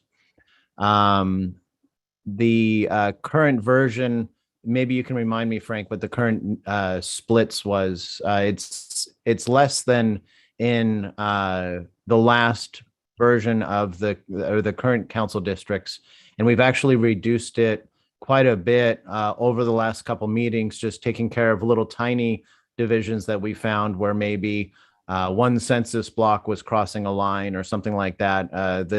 While we were doing the live line drawing as an example, there's a point during one of the live hearings where Frank identified in the community of Herman, the neighborhood council had a small kind of inconsequential single census block split. So we were able to resolve that during one of the live line drawing meetings. So these, Paul, yeah. This is Fred, and I believe the last time we, at our last meeting, the number of neighborhood councils not split was 57. So what you are suggesting now is that number is now lower? I think we're right at about that 57 or maybe one or two lower, and I can get the final number. It's running on another computer right now. And I can provide that to you. Thank you. But that's the plan that we have. Again, staff has it, and I'm sure can get it out to the commissioners and make sure it's up on the website. And then, of course, we still have access to the to Maptitude if we do need to go in and look at anything more closely. I've got that ready to go. And I'm here as long as it takes for us to get to the final approval of this plan. Chair, thank you. Paul Mitchell, I just want to make a request to staff to send this over to us so that we can open it on our desktops. Yeah, in fact, what I want to do, and I apologize to commission members, this is moving rather quickly. So why don't we take it's 7:25. Why don't we come back at 7:35? And this will give staff an opportunity to send this map to commissioners and you can open it up. Ariana, I want to check with you that you now have this map. Yeah, we just got the Dropbox link in, so Rob's going to post it online and I'm going to send it to the commissioners right now. Okay, so let's take a break and we'll come back at 7:35.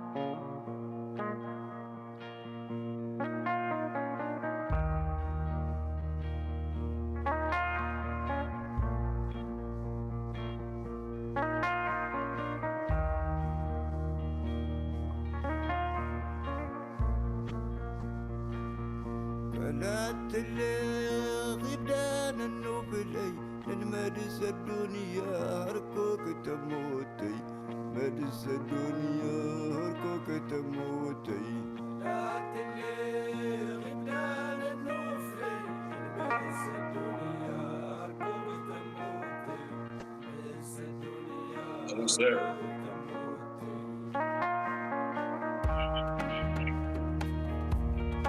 Almost there. No. After we need, I'm gonna go ahead and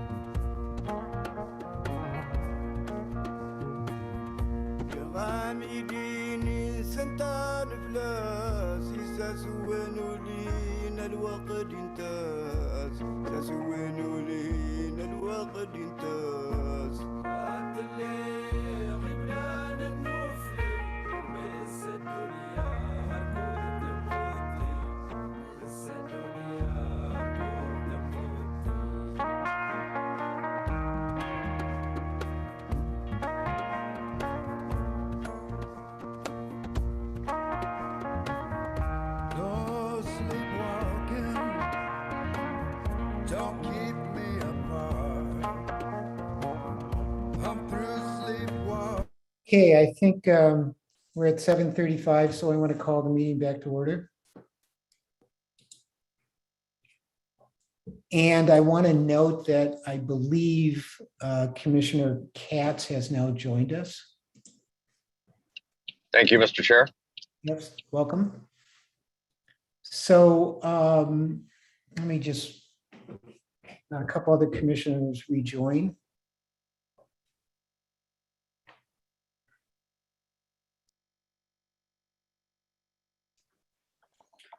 Chair, can I request, if it was Rob or Ariana to also, in addition to sending the big transfer, can you guys, once the links are up on the website, just send the commissioners the links? Thanks.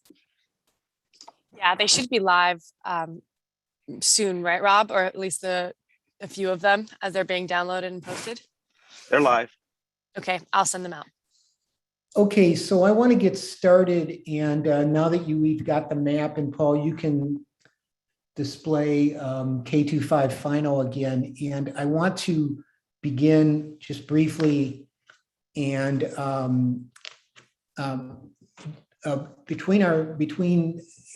since our last meeting, Frank and Paul made some minor population adjustments to bring our deviation below the 10%. And I just want to have Frank and Paul explain where that adjustment was made. So Paul or Frank?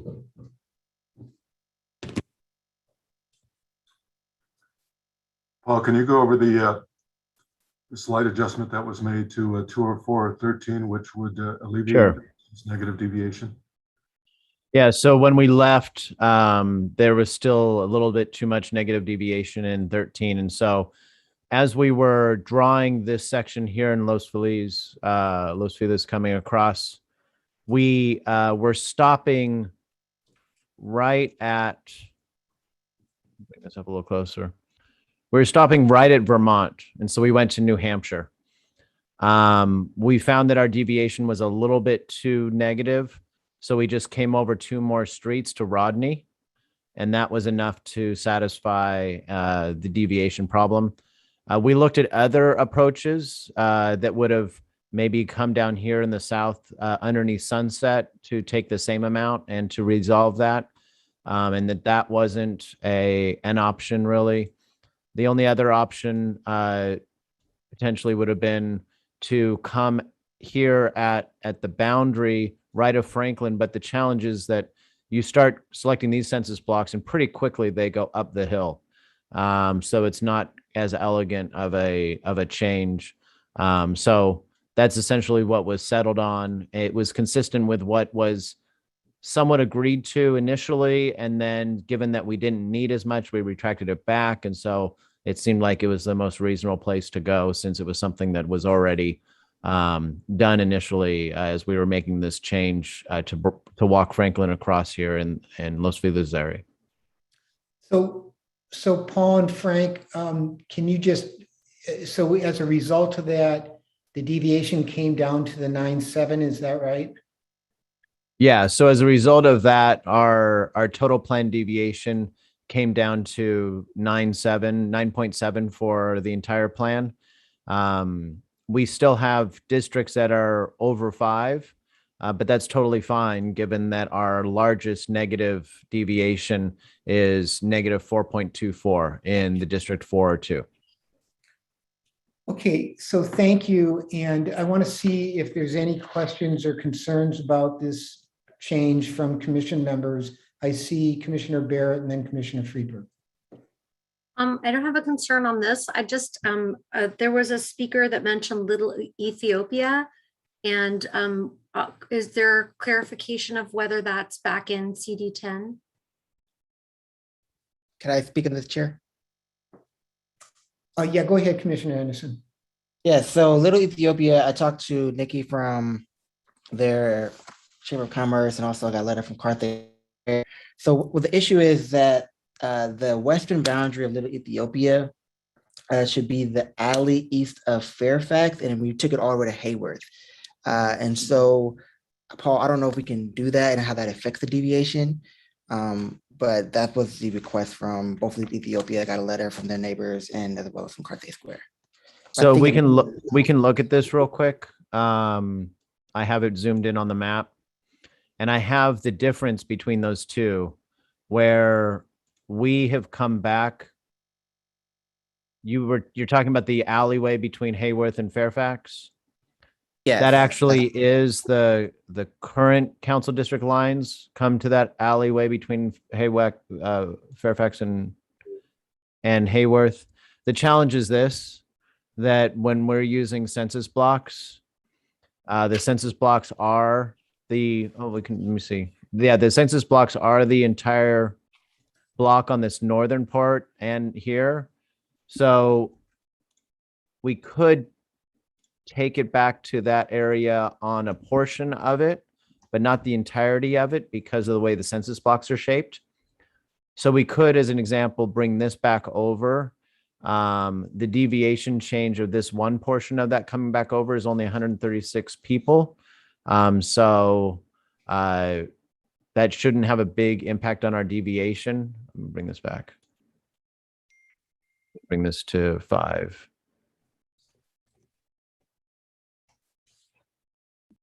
So our deviation would go from 5.47 to 5.52, but additional changes to make that change throughout, to extend all the way to Olympic would require splitting of census blocks, which is something that the city council can do before they adopt it. We've got some other parts of the plan that will go into the final report where we identify census blocks that the commission would want to have split in order to go down an alleyway that is not followed by a census block boundary. Thanks, Paul. So I would suggest to the commission that if we could just do the part that we can change and then put a note in the report to say that, this is, the census block and that Right. that's my council. Right. Are there any concerns with that? Okay, and Commissioner Friedberg, you had a question, and before I forget, Commissioner Friedberg, if you'll indulge me for a second, there was a speaker also who noted an issue with Sunset Square between 13, CD 13 and so I just, Frank, I think you noted that during the presentation. Yeah, that was Is that actually what my you were gonna comment. bring up, Commissioner Friedberg. So yeah, Yeah. if you want to speak to that, please. I mean, this seems to me, it might be from a deviation standpoint, an advantageous thing for us to take. So Right, that's the map that I was trying to find just now. So please. their HPOZ includes the west side of Fairfax. Yeah, so when we look at Fairfax here, remember this was something that we had previously taken this district across all the way to Laurel Canyon Boulevard. It was only on one side of Laurel Canyon Boulevard, and we retracted it back at a recent hearing. I don't think when we retracted it back, we were trying to go for a particular street or acknowledging that concern that might be there. If we were to take this in and make it into a shape that is more compact, and we did something like that, that would actually help. The deviation on this District 13 would be 3.73. So we could do that, and that wouldn't affect our deviation at all. It also doesn't. Laurel? This is Laurel Canyon right here. No, is it Laurel Avenue that you're at right now? Yeah, Laurel Avenue right there. Okay, great. And so, Paul, can you complete that thought? It doesn't affect our. It doesn't affect our overall plan deviation. It does make this district have a lower deviation itself. So it is an improvement. It takes the deviation of this district to 3.73. Okay, thank you. Any concerns with that? Okay, and then one other thing I wanted to bring up is, do we have the rental data that can be displayed? So we've had for quite a while rental data on that is just aggregated in the plan. So I have as an example, and I can maybe just show the districts and the rental data here. Please. Sorry, you get to see the back end of Maptitude here. So if I just bring across the front end. yeah. So this is renter occupied, renter share.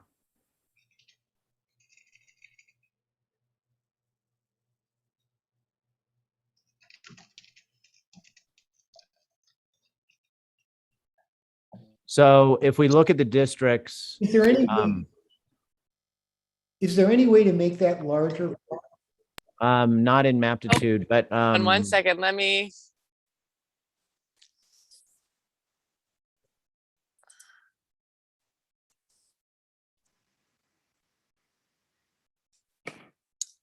Sorry, one second, let me find where. I can For, probably just let me just switch to an translation Excel document. services, make sure you are on the correct channel that you are translating into. Thank you. Okay, Paul, please continue. Yeah, let me just, I think I have it in an Excel file that would be a little bit easier. Thank you. And can we go back and look at the east end when you're done with that? Sure. Okay.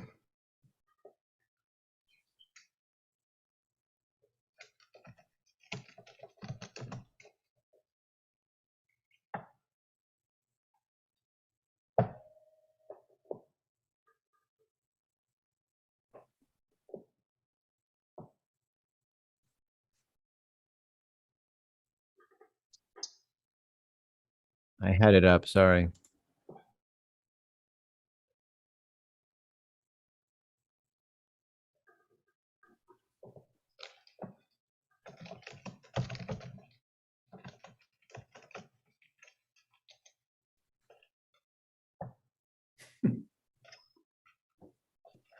This is what happens when you're doing it all live. That's all right, we're patient.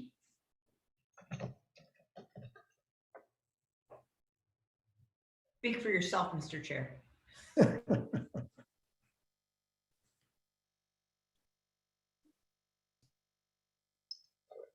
Okay. This I can make larger.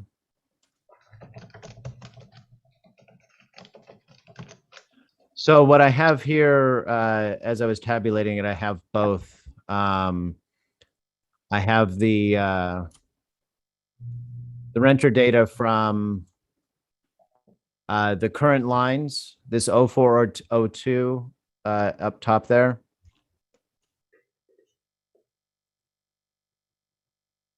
So if we look at 0402, then 1 down to 15, this is the percentage of the population that is renters in each of these based on the American Community Survey. District, is there a particular district you want to look at?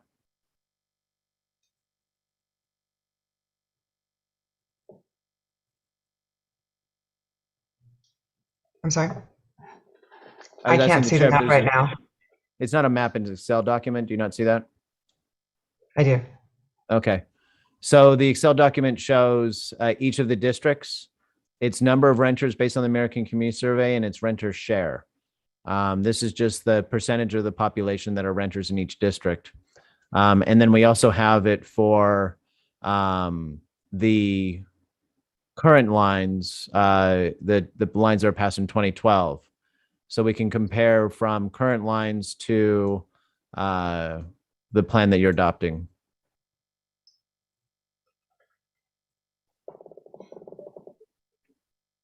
There had been particular interest in the comparison between 2 or 4 and 4. So 2 or 4, was it 60? Is it 64%? That's right. And 4 was at 66%. So it's come down. About 2 percentage points. Okay, as we promised the commission, we wanted to display this data. Are there any questions about that? Okay. And then Commissioner Friedberg, I'm sorry if I had cut you off earlier. Did you have another comment?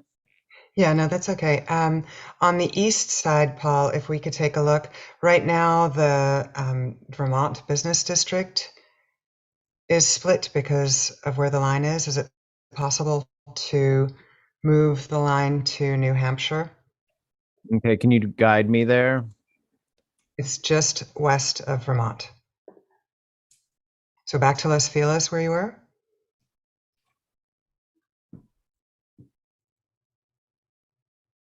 So Vermont, this is where we were just talking about the amendment moments ago. Right. So this is Vermont. And that's the business district. That's what we were saying. We had this when we had the conversation about making this change originally. We had come out this far, and there was a concern that we were splitting this business district. And so we retracted it back. That was the change that we made.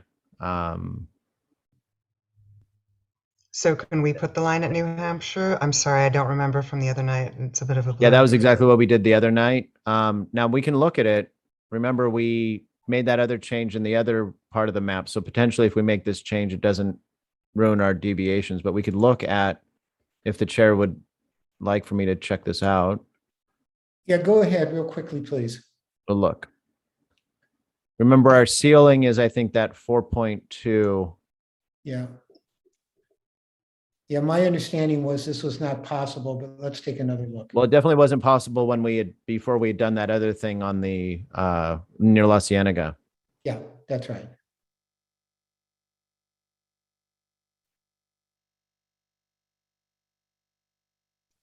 So let me just change this back to.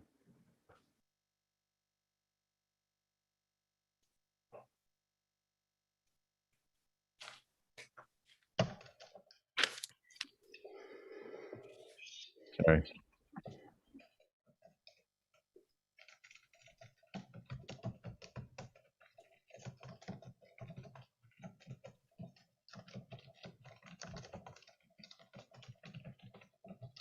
So it's at 4.13 at this point. So that might work. We can double check, but that might work now that we've made this other change, that we were able to get our population there instead of getting it from that business district.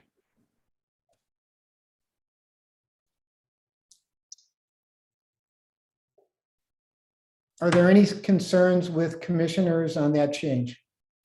Can you pull the map up again so we can see, please? Yeah.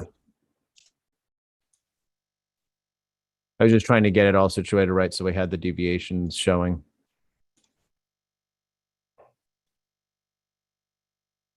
Just to keep a running tally in our deviation, the total plan deviation would then be 9.63, I believe. 9.66.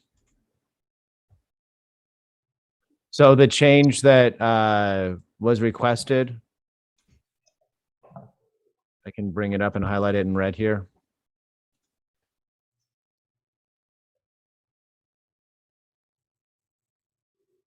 It's this area here where we go from this business area, this business district, retracting back to New Hampshire. And the concern was this Vermont business district here. Well, it's the two business districts. I mean, what you're looking at right here is actually one, but it's all part of the Los Feliz business district there. Gotcha.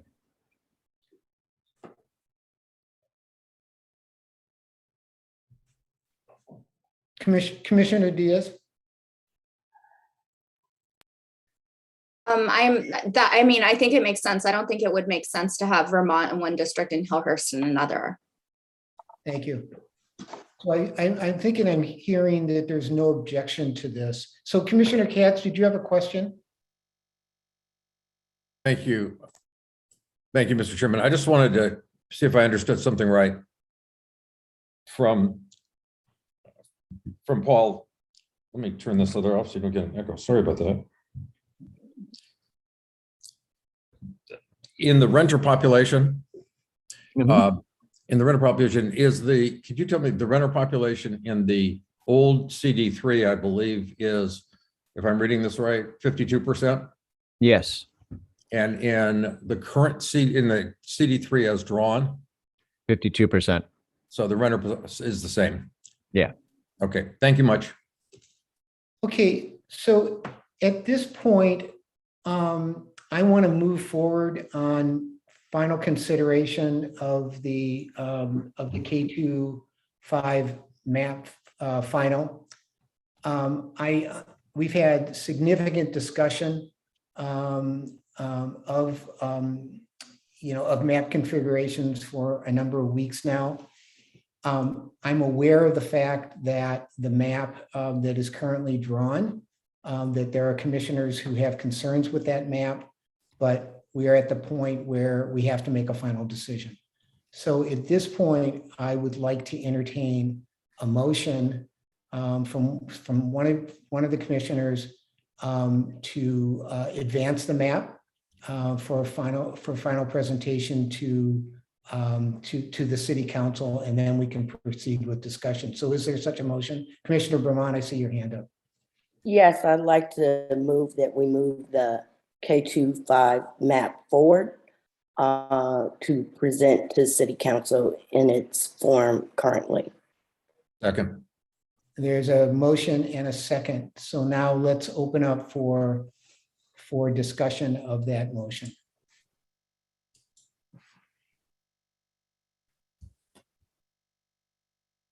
So Commissioner Moreno.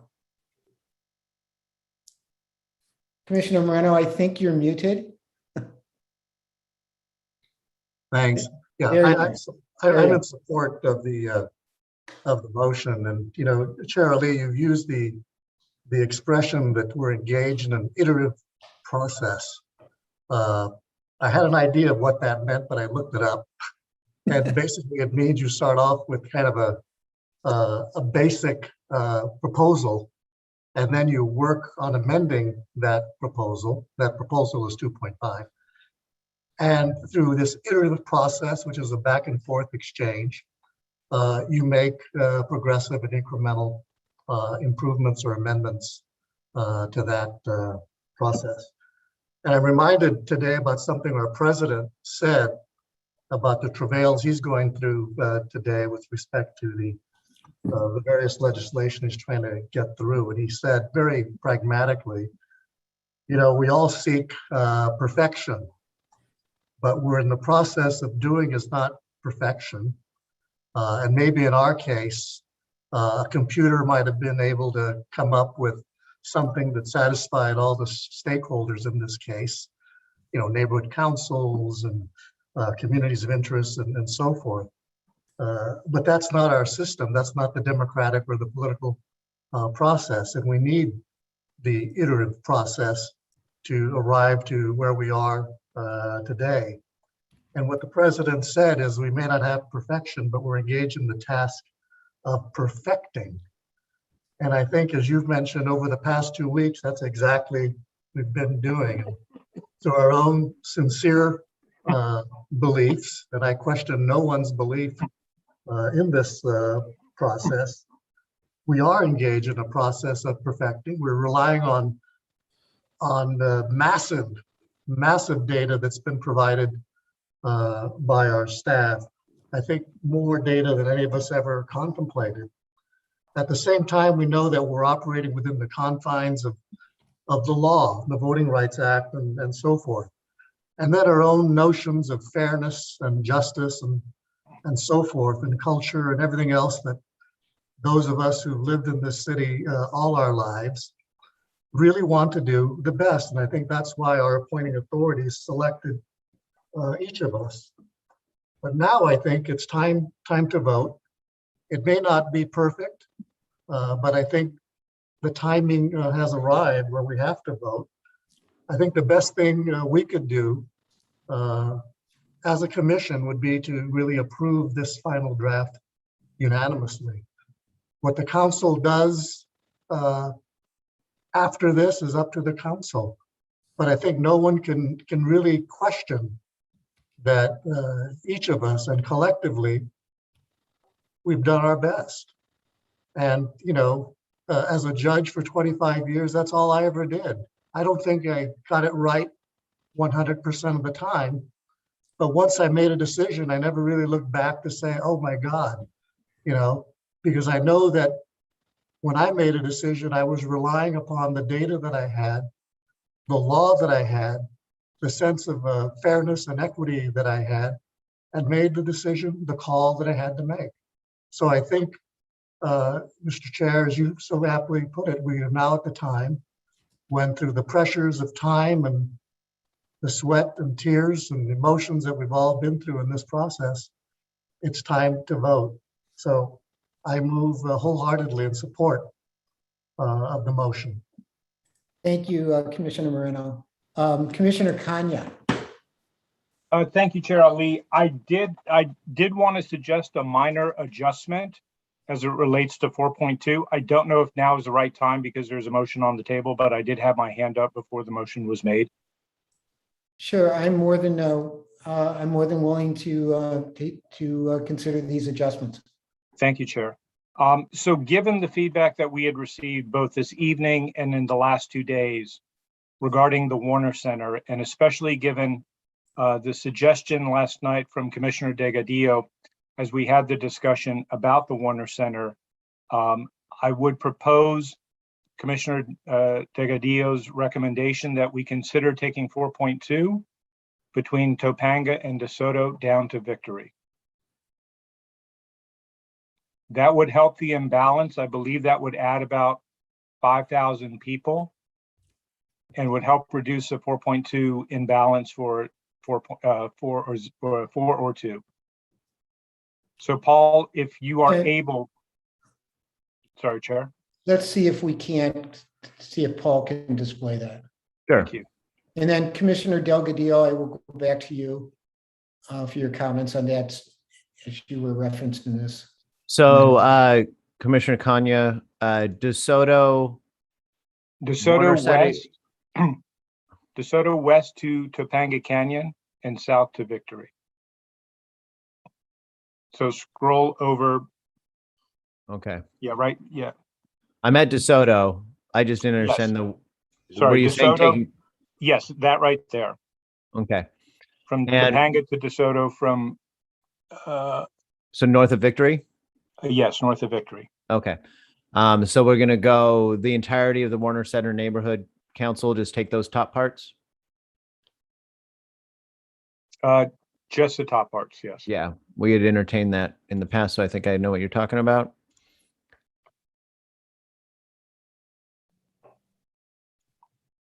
No, not there, not there. It's on the Not other that part, side. just the other side? Yeah. Okay. I thought you were Other saying side, the, yeah. to the I thought west, you were- right there. Yeah. Topanga Canyon is a yellow road. DeSoto's right there, yeah. Too far. Okay. So I thought we were taking the entire top. Just this is Over to the yellow road. To the left, you've got half of it. okay. Warner So Center, that. And over to Topanga, so one more. There.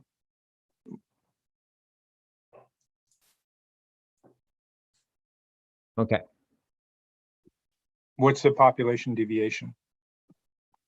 So if we make this change, the deviation in District 3 goes from a negative 1.71 to a negative 3.62, so it's within range. And District 402 goes from a negative 4.24 to a negative 2.33, removing roughly 5,000 people. Thank you. And can you, what if any significant CVAP changes in either district with this move?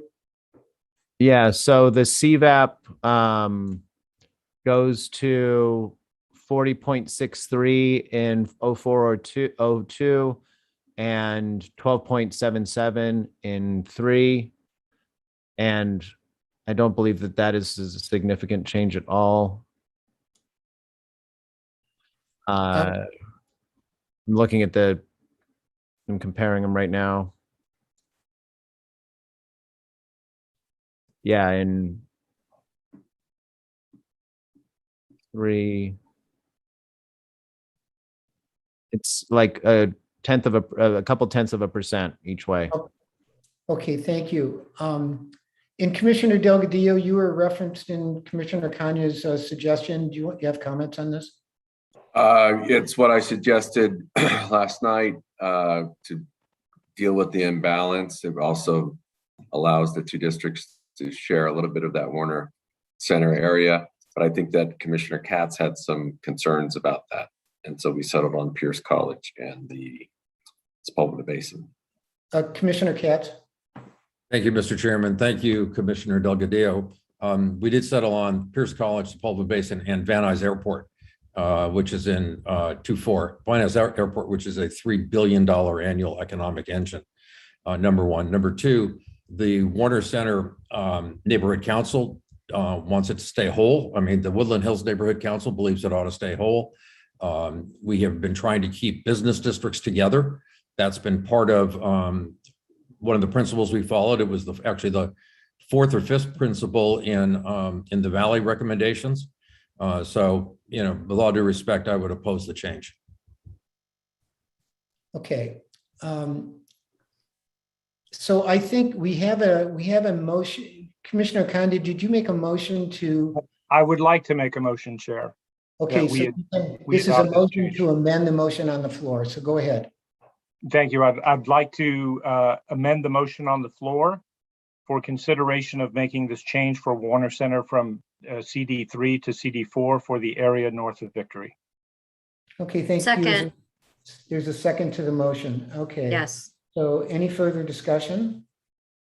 Commissioner Goldberg, Commissioner Barrett, your hands are up. Are you speaking to the motion? No. Okay, Commissioner Barrett, yes. Yes, I appreciate Commissioner Kanya approaching this area with a very minute adjustment. It's very much in alignment with the changes that we just made with Little Ethiopia, with Sunset Circle, with the Vermont Business District. I think we've made some very difficult compromises, as we did with the USC Expo question, where there was very strong views on either side, and we reached a compromise in that case. And I think this is a good opportunity for us to reach a fair and equitable compromise in this case as well. Commissioner Friedberg? I was just going to say that this seems to be responding to a lot of the public comment that we've heard.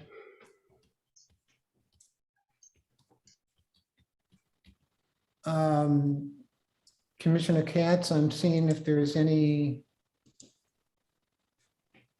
Okay, so I think we've had the discussion. Let's, I want to take a roll call vote on this.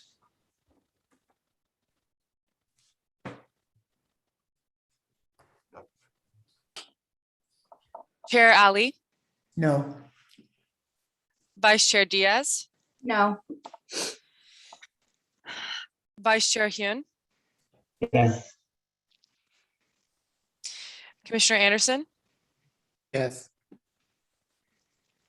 Commissioner Barrett, Yes. Commissioner Braymond, Yes. Commissioner Berenes, Yes.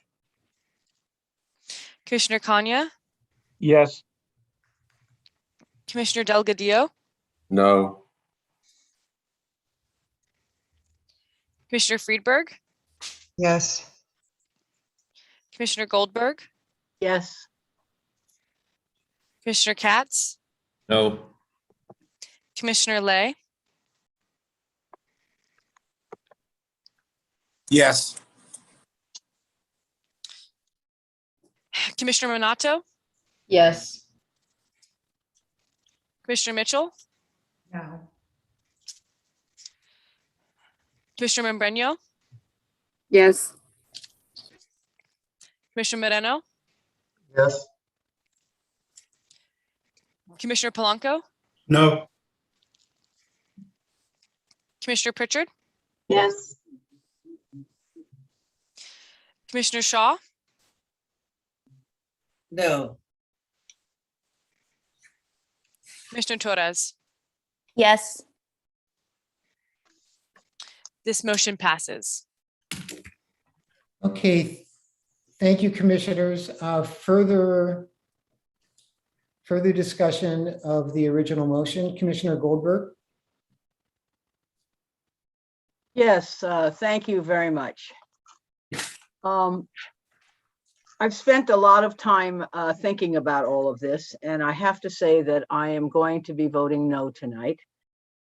And I think that probably the biggest problem for me about this whole process was the refusal to label CD2 and CD4 in map K. When that was done, when that decision was made, it put these district commissioners and constituents at an inherent disadvantage. There was literally nobody advocating unequivocally for these district interests throughout the entire process. How could the commission act on the public testimony of CD2 and CD4 constituents when they literally didn't know which district would be CD2 and which district would be CD4? The ad hoc second reason, the ad hoc process was, I believe, not a fair process. A third of the commission was given more say in this process than the other 2/3, and all of that behind closed doors because the ad hoc process was not broadcast. I think it's not a coincidence that representatives who most often vote against this map are the ones who weren't a part of these ad hoc committees. I think it also disadvantaged CD4 and CD5 as they are districts with stakes both above and below Mulholland, but each of them was only included in regions that addressed one of these two sides. In other words, they were in one region, but their district was in two regions. Next, I think the problem with this is that in the new 4-2, that the stakeholders who live there are overwhelmingly against its existence. I read through, I think, literally all of the comments I could find, and Reseda, well, they called it racist. Woodland Hills Warner Center says they don't want to be cut off from the neighborhoods to its north. Woodland Hills shares a much greater community interest with its West Valley neighbors than it does with the communities east of the 405 freeway. These are their testimony. So I don't think that we did very well on that score either. It consolidates West Valley poverty into one district. It creates a district wider than any other current city council district in order to do that. I'm going to repeat that one because it's the one that probably bothers me the most.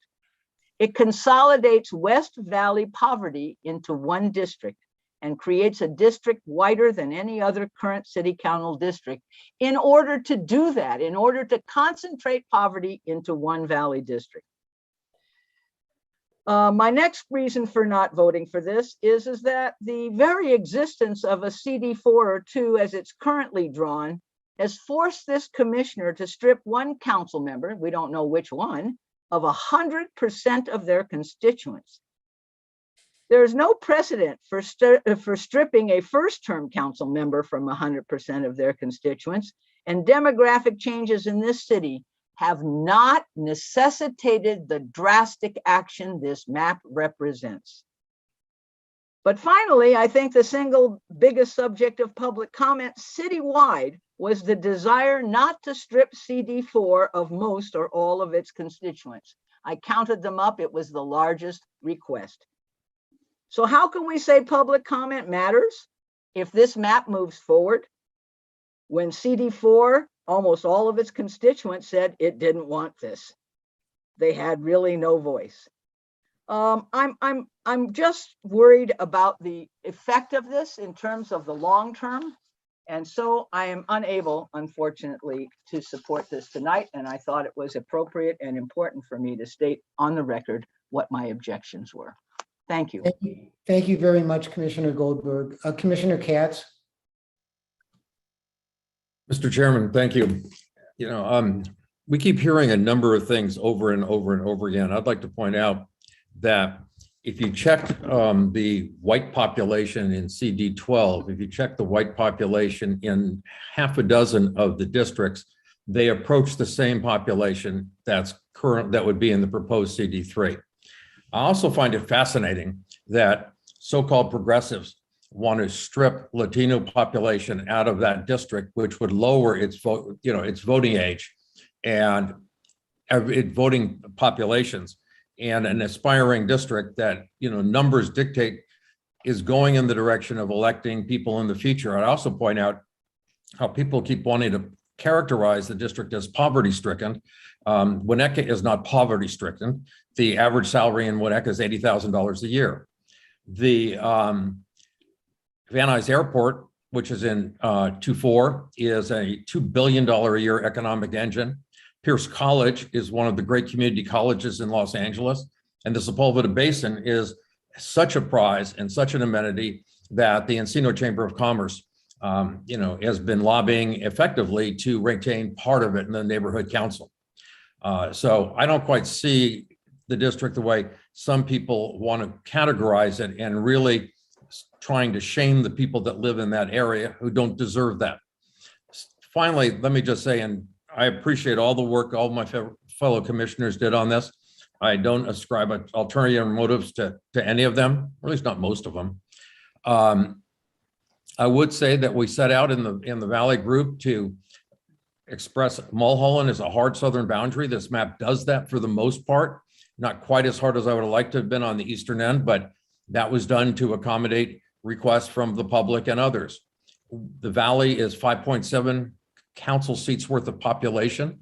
For the first time in the history of reapportionment in the city of LA, there will be 5 council seats within the San Fernando Valley and a 6th seat, which is Valley majority, reflecting the true nature of that population and the true strength of the Valley votes.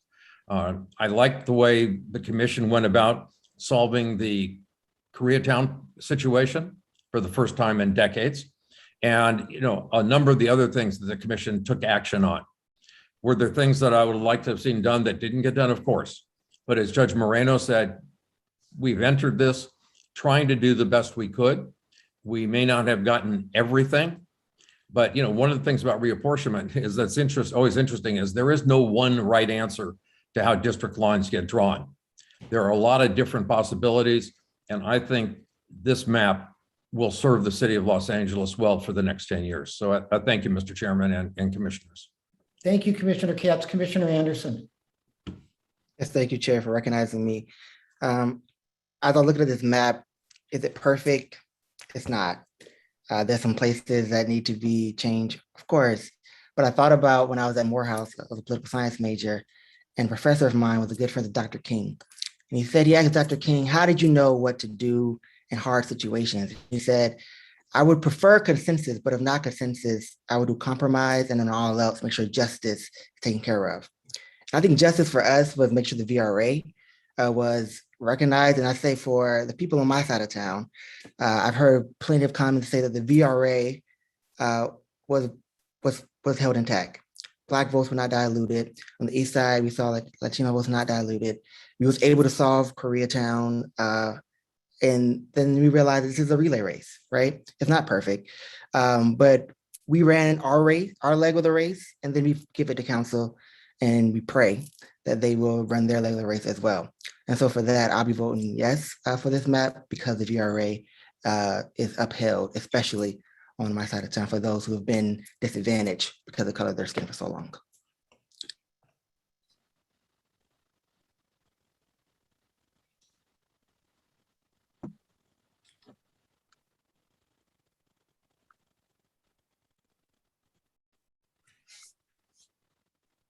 Commissioner Kanye, I'm sorry, I thought it was unmuted. Commissioner Kanye. Yeah, yes, I was doing that because I saw that you were unmuted. I want to echo a couple of the former comments, the comments from Reverend Anderson and Commissioner Katz, Commissioner Anderson, Commissioner Katz, which I agree with.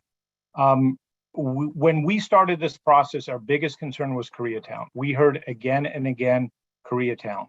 We also heard the desire from the Hancock Park Homeowners Association, the Greater Wilshire District, that they wanted to be unified. I think we accomplished that. And I think that those are great accomplishments. We also, as Reverend Anderson said, we tried. I have some disagreements about VRA, but we tried on that in terms of whether we completely fulfilled that. But I think we did a really good job on that. I think I personally feel that I failed the residents of CD8 and CD9. I don't believe we've got to an equitable solution on that. I know Commissioner Shaw said some very strong words against us. As somebody who voted against her twice, I felt it, but it wasn't spite, it was in pain.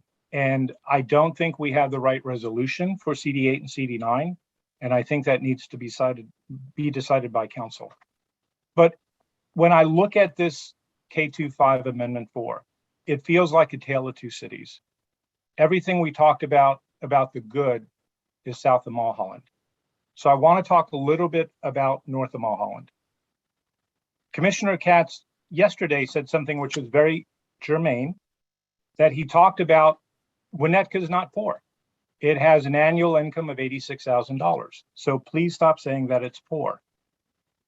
So I thought about that and looked at it this morning and spent my morning gathering the population statistics and the income statistics from the same site that I think Richard went to, because I got the same sort of numbers, at least for Winnetka.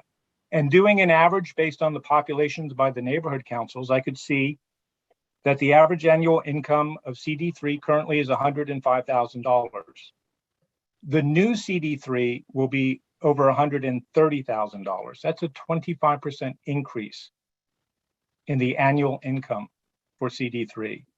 While 4.402, the new 402, will be $83,000, less than Winnetka, which is a 20% difference.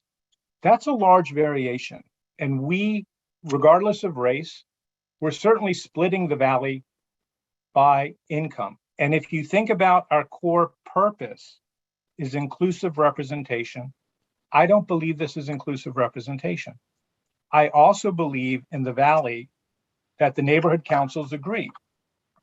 We've had 12 CISs, or 12 neighborhood councils submit CISs. 3 of them support K25, Chatsworth, Encino, and Sherman Oaks. And today, Encino said that they disagreed with the decision, so they may not be in the yes column. But we have 9 neighborhood councils in the valley that don't support K2.5. Foothill Trails, Greater Valley Glen, North Hollywood, Reseda, Studio City, Sun Valley, Valley Village, Van Nuys, and Woodland Hills Warner Center. This was all the communications that Ariana sent to us today. Finally, I'd like to say that my concern as related to the former District 2 and the dilution of the Armenian community.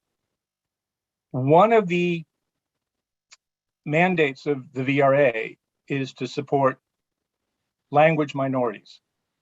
And the Armenian community is a language minority. They have been underheard for a variety of reasons. There is a concern, there is the language barrier.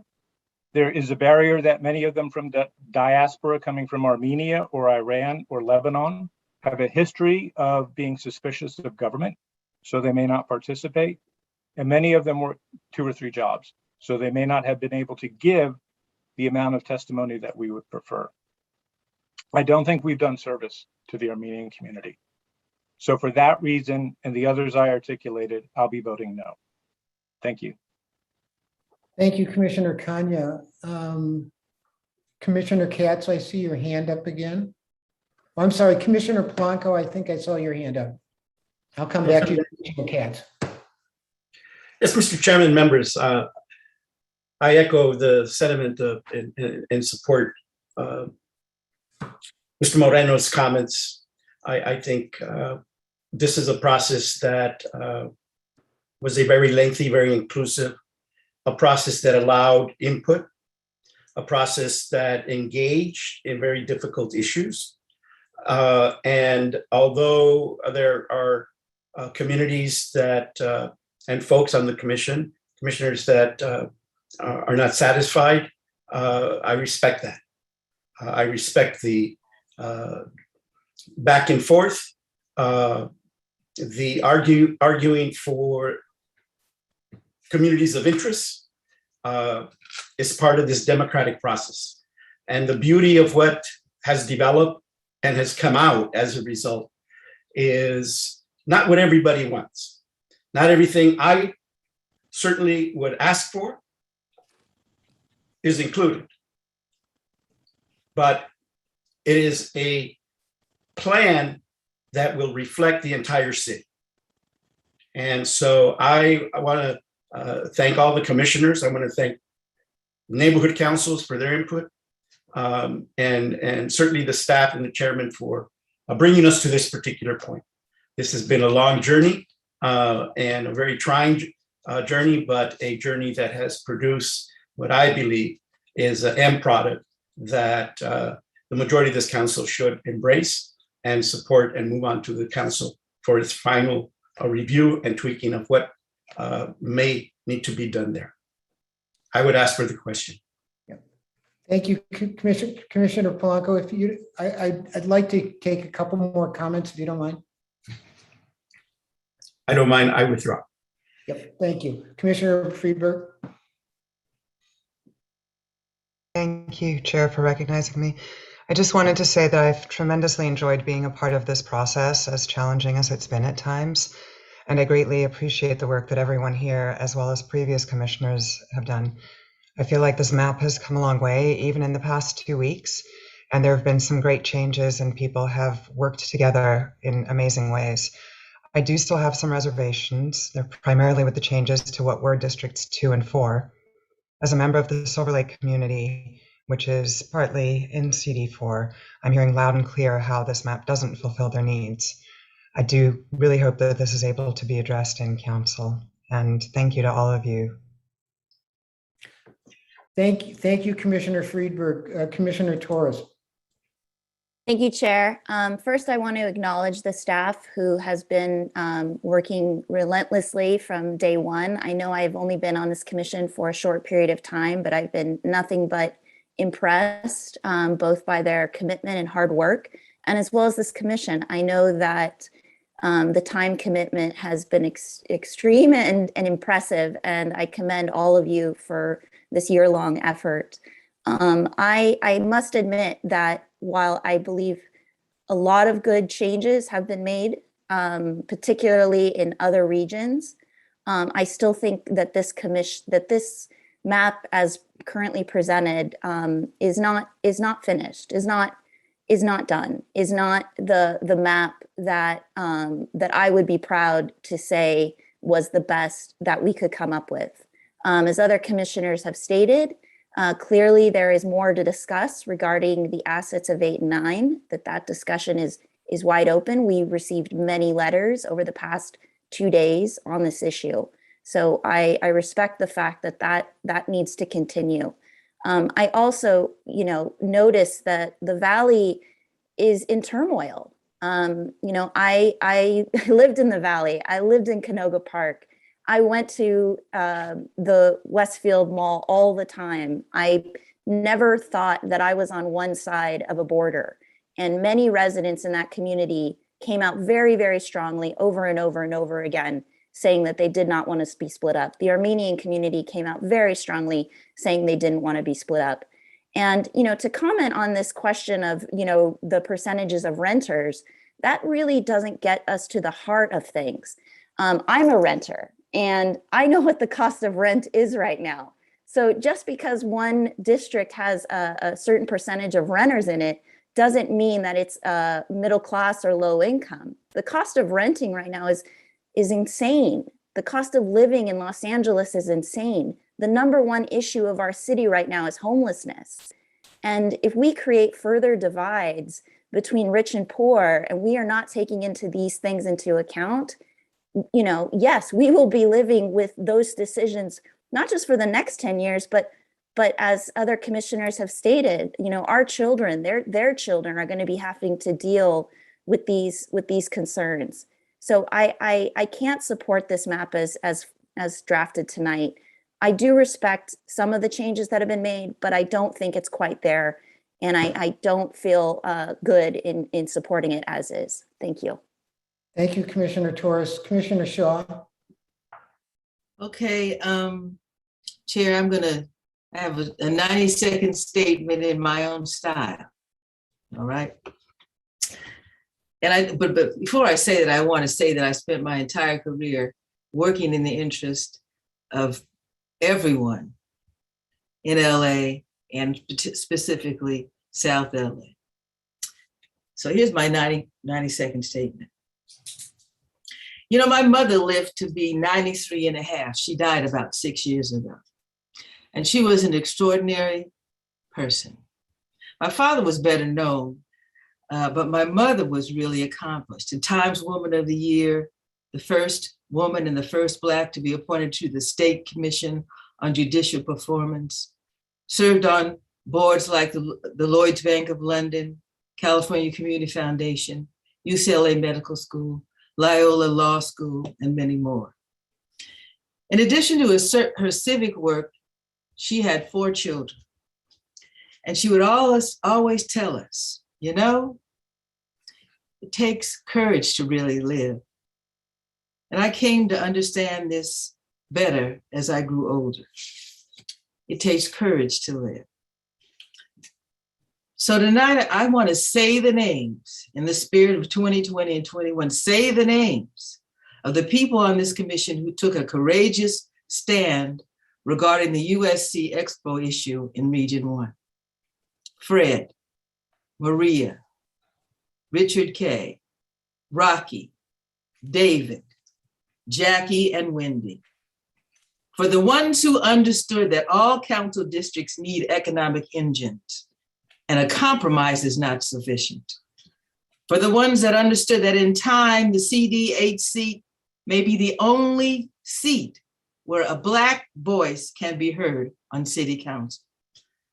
For the ones who clearly understood that CD8 and 9 both have an inordinate amount of poor residents, and that equity and shared resources would improve the entire region. I simply say thank you.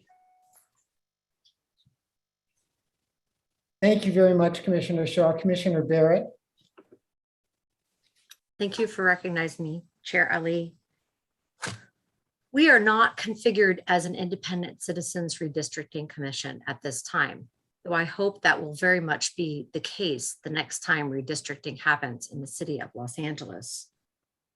We have reached a number of compromises in the time provided, I agree with many of my colleagues here that this map is not perfect. And given more time, we could make more progress.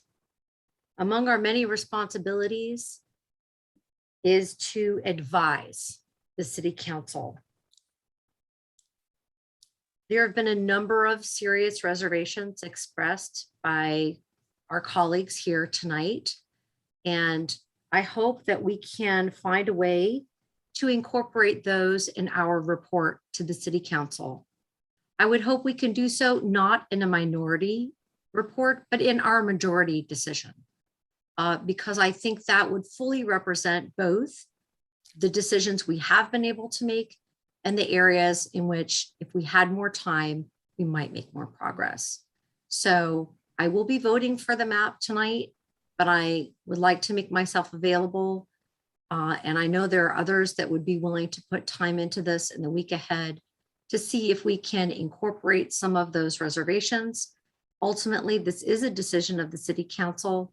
And just as we have grappled with these serious issues, so should they.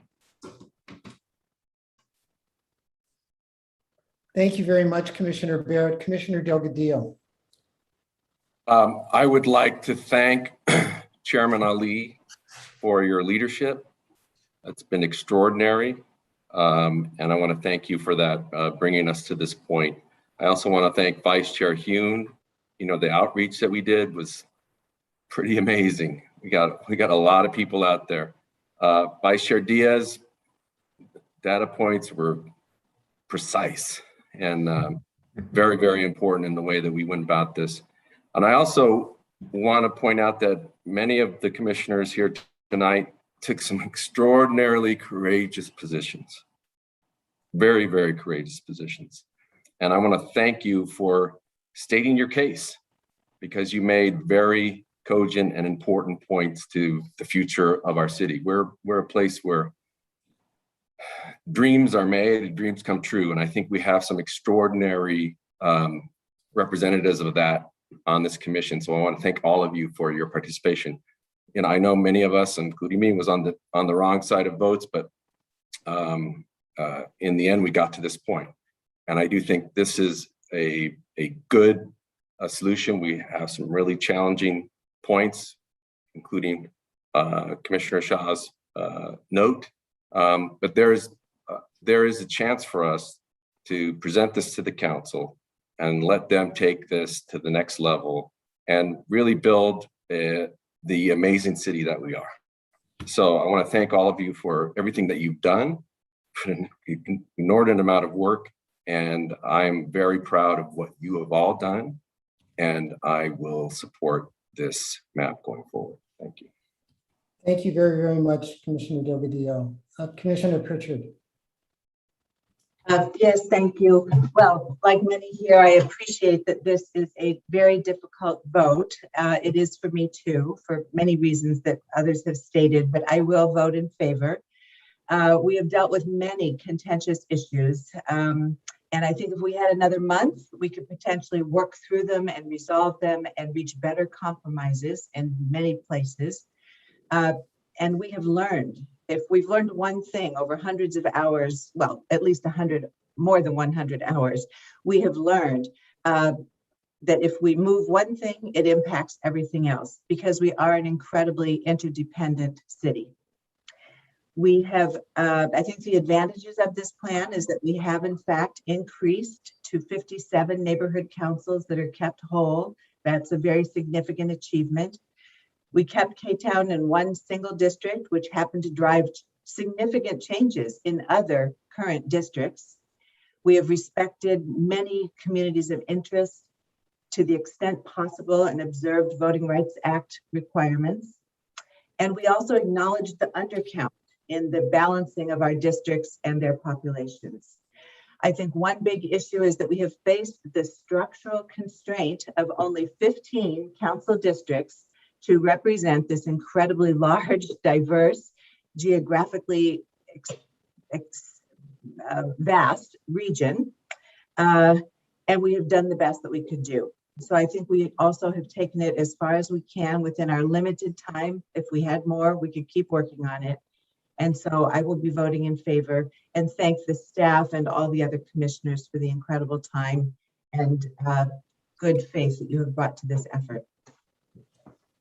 Thank you, Commissioner Pritchard. Commissioner Mitchell?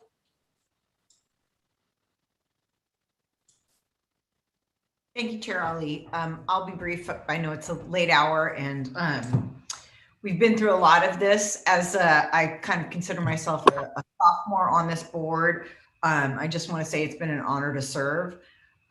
Mostly it's been an honor to work with such smart, competent, and hardworking individuals. We've all done a lot of this, and I know that I'm, relatively late to the party, but I want to particularly thank Chair Ali for your leadership and calm during these difficult hearings. That's incredible. And Frank Cardenas is my new best friend. He's an amazing individual who's worked so hard. And I'm just honored to know him. And I'm honored that this, opportunity came around because it's, it's about the people that you meet along the way in your life that matter. And, I think we've all, Rob, loud and clear battles is amazing. Ariana, incredible. So it's a great group of people who've worked really, really hard to do the right thing. And I think we've all of the commissioners has come to this to try and do the right thing. And we all may come at it differently and we disagree on things, but I think this is a good map. I think it does the right thing. I'm excited for what it does for the Valley. I'm excited for what it does for the rest of the city. I think it's going in the right direction and its representation. And the council can do what the council will do. So I would hope that people would vote for it, and with the understanding that, the council is going to make the final decision. But we spent a tremendous amount of time, and me less than most. But this is a really good map. We've done the best we could with the right intentions. And I look forward to not spending my evenings on Zoom with all of you. Thank you, Commissioner Mitchell. Commissioner Lay, and then I see Commissioner Brennis and Commissioner Membreno. Thank you, Chair, for recognizing me. I'd like to begin by acknowledging and thanking the entire staff. You guys have been terrific. I just don't know how you did it. And I hope to work with you in the future because you were amazing with our executive director, Ariana, Rob Battles, Rafa, and many others. And those staff that came in and out to relieve each other. We were like the Dodgers. We came in and out, we supported each other. So, and Chair Ali, your leadership, I counted how many meetings you have been at. It looks like you've been at around 56 meetings. I think you, our leader here, has been at every meeting. And I'm just proud to be serving on this commission with all of you. I want to thank all my fellow commissioners for your thoughtfulness, for your hard questions, for your viewpoints, because I've learned more about this city. I've learned more about my community, and I've learned more about myself in this process. We've been together in about over 56 meetings, some more or less, but we've been there together. And I know we haven't all seen eye to eye. As I said before in previous meetings, in a perfect world, non-pandemic, non-COVID pandemic, we'd be in the same room together. And I truly believe we were in the same room together. If our 17 public hearings were in public, more people could have participated, but we did the best we can. And I know there are many communities that called in, many neighborhood councils that called in, that emailed from October 1st until today. I counted over 200 online messages were posted on our website, over 800 emails. So incredible job of collecting that, of engaging our communities. I know there are many other voices in this city that we didn't reach. And it was not because we didn't try. And I know that this process was difficult. We were separated on Zoom. And that's the only tool we had to do this. And we did a fantastic effort to get to where we are today. It's a great start. It's a good start. I want to emphasize those 2 points. And I hope that as we move this on to the council, they are listening to us. I hope they're going to review what we've done and understand the thoughtfulness, the time and commitment we put into this. We all made sacrifices, commissioners. I know I did. I know you did. And I want to thank you all for your time. And it's been an honor to serve with you all. And I yield my time back to you, Mr. Chair. Thank you very, very much, Commissioner. Commissioner Brennis?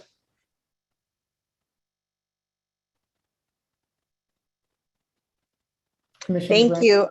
Thank you. I will keep my comments brief as well. I just wanted to echo the gratitude expressed by other commissioners to our chair and our vice chairs for moving all of this work forward, and of course our outstanding staff. I just wanted to share how much I appreciate what I've learned through this process. You know, just the deep investment that residents of LA have for their communities, the love they have for their communities, and you know, learning firsthand the hardship that our highest need, in particular communities of color, are experiencing and have experienced, particularly, you know, post the pandemic. It was an honor to just hear people's stories and to hear their resiliency and how they continue to push forward and see themselves as Angelinos in all the different parts of LA. It was heartening to, you know, hear and see firsthand the unity that exists, and also very, very hard to see the deep divisions that continue. With all that, you know, I am hopeful that the map that we have before us has the essential building blocks for equitable representation of our communities, and that moving forward, it strengthens the interdependence that I think this commission was committed to. Last, you know, my vote, I want to say, I haven't shared too much, but I have an 11-year-old son and a 9-year-old daughter who have been very supportive through this process and the long meetings. And I want to dedicate my vote to them as the future of our city. Thank you, Commissioner Brennis. Really well said. Thank you very, very much. And thank you, daughters, as well. Commissioner, daughter and son. Yes, daughter and son. I'm sorry, and I know that. Commissioner Membrano, and then Commissioner Membrano. Thank you, Mr. Chair. First of all, you know, I, like Commissioner Mitchell, came in at the same time, and we were a little late to the party, but boy, did we learn a lot real quick. And we learned how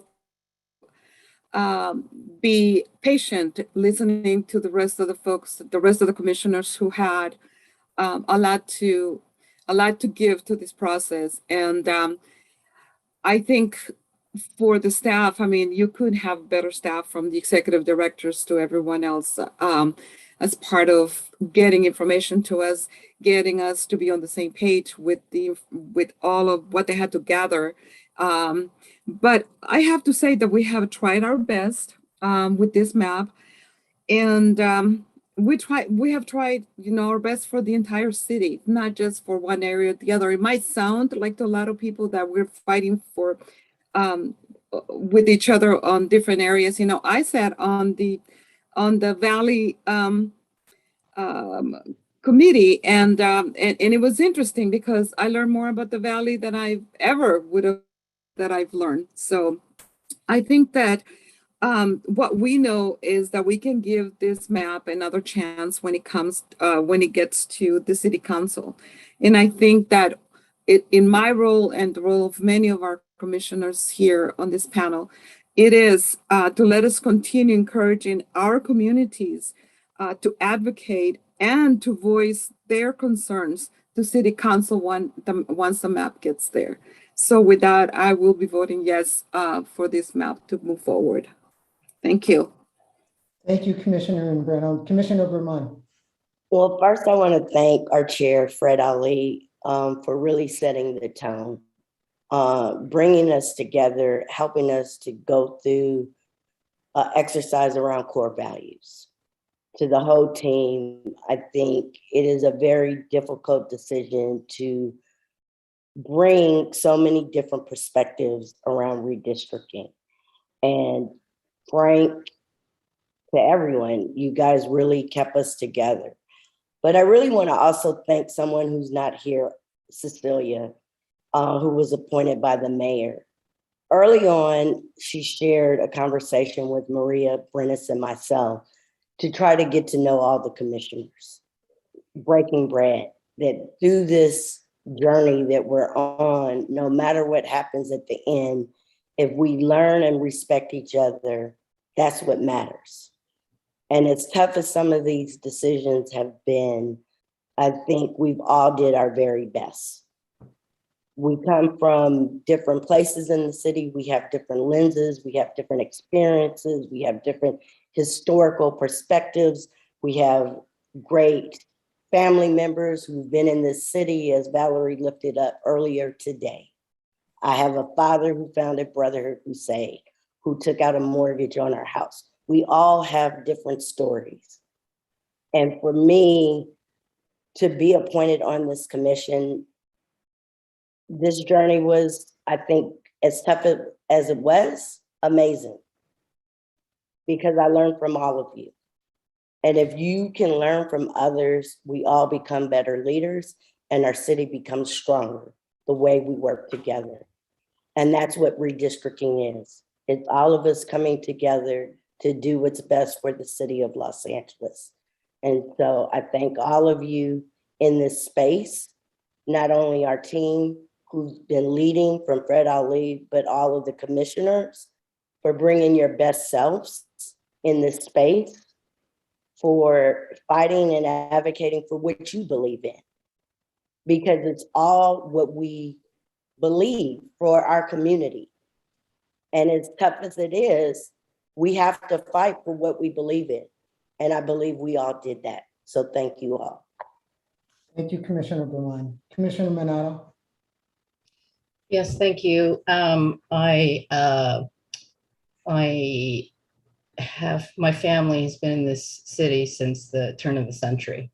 And except for the Japanese internment, we would have been five generations here. And I do love the city. And it's been a very interesting thing to participate, very difficult to participate in this. But I would like to just say, of course, thank you to all. And I think everyone was working very, very sincerely and respectfully with each other. One thing that Alyssa Barrett said on my first day was, we should be tough on issues, but soft on people. And so I really thank her for that comment. I think it's a comment I'd like to use in the future in my own dealings and in my own work. So I'd like to say, I think that the comments were made are the commission and others being soft on people. So I think that's really wonderful. I think though that the issues, I want to be tough on issues. And so I have a really difficult time supporting it, this map. There was an exchange where I was, directly involved on the CD 8 and 9. It's a very difficult issue. Okay. And it's really, really a hard, tough thing. But that's not even the full reason why I'm voting no. I'm voting no because I cannot get over the issue of the 4-2 and 2-4. I mean, I work with many people in that valley, in that exact area, on the issues of affordable housing, on issues of, just trying to make it in life, frankly.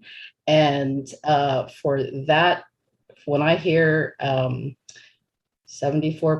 white district in CD3, and I know Bob Blumenfield myself, and he has been wonderful working on the affordable housing issue. And so for the Canoga and Winnetka areas to be separated from him, I think it's a tragedy. Obviously, it's not about a person, but those are inextricably inextricably tied now because they have been, working on those issues. And I think different people called in and said such. And, as I look through all of the entries, whether they're email or text or, letters or whatever, many of them dominate in that area on the 2442.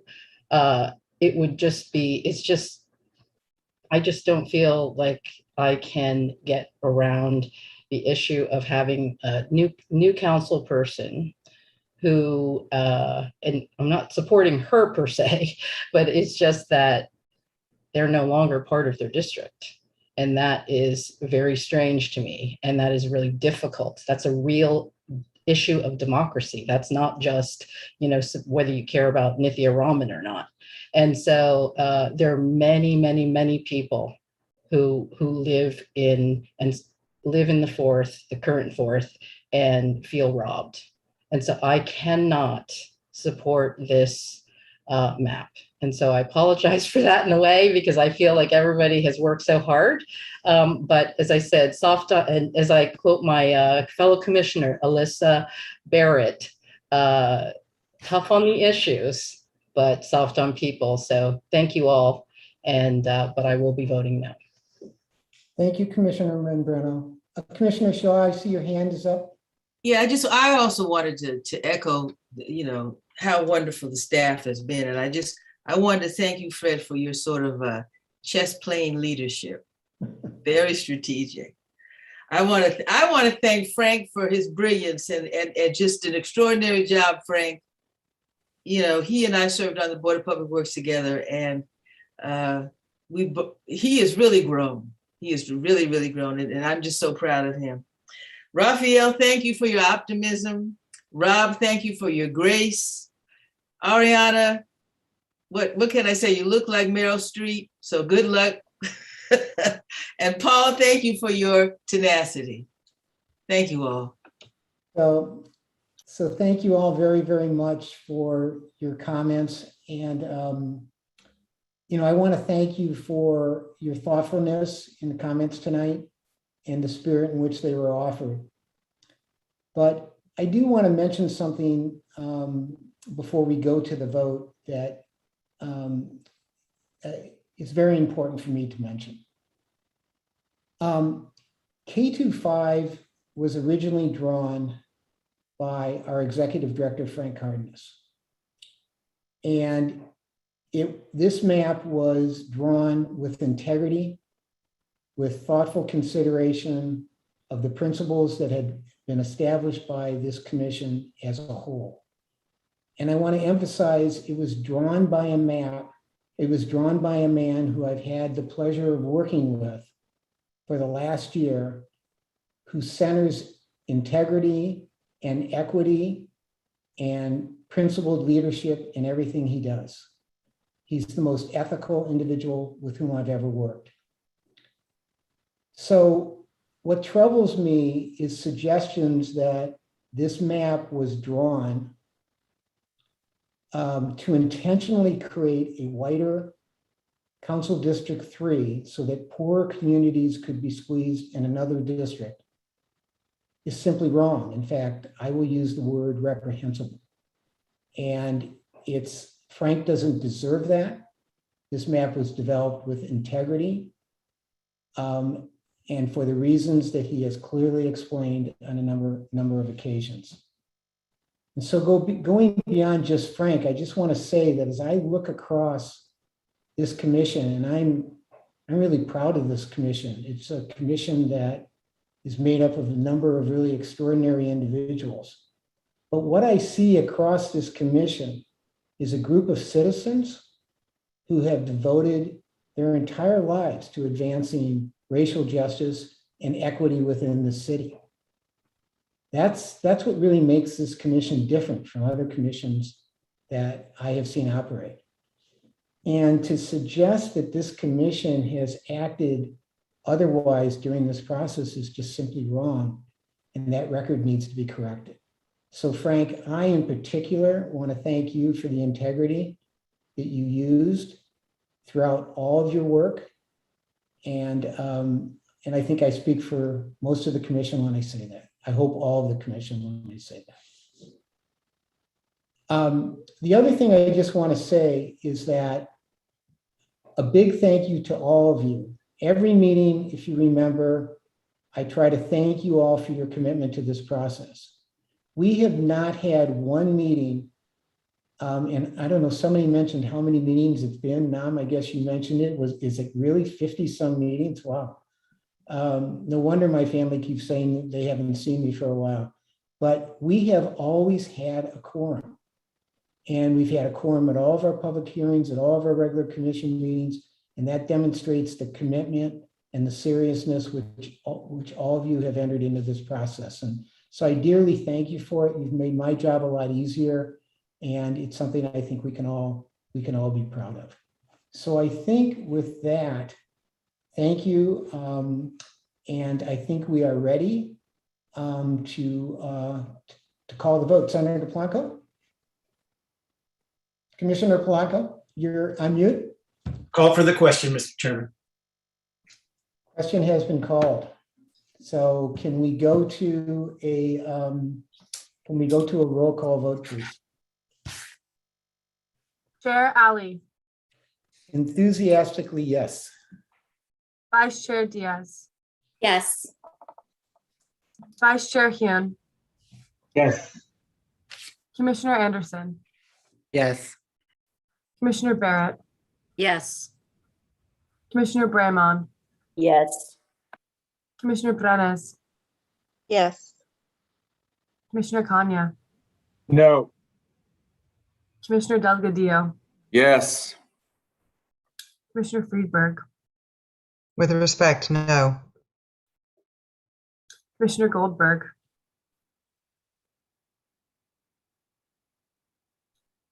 No. Commissioner Katz, Yes. Commissioner Lay, Regretfully, no. Commissioner Minato, No. Commissioner Mitchell, Yes. Commissioner Membreño, Sí. Yes. Commissioner Moreno, Yes. Commissioner Polanco, Yes. Commissioner Pritchard, Yes. Commissioner Shaw, Yes. Commissioner Torres. No. Chair, this motion passes. Bravo. Bravo. Thank you very, very much, commissioners. Difficult process. We move on to the final step, which is the approval of the final report to the commission that will be presented at our next meeting on Thursday. Somebody give me the date, please. Ariana, help me. The 28th. The 28th. Thank you. Thank you very much. So that report will be presented for commission approval on the 28th. Look in your inboxes.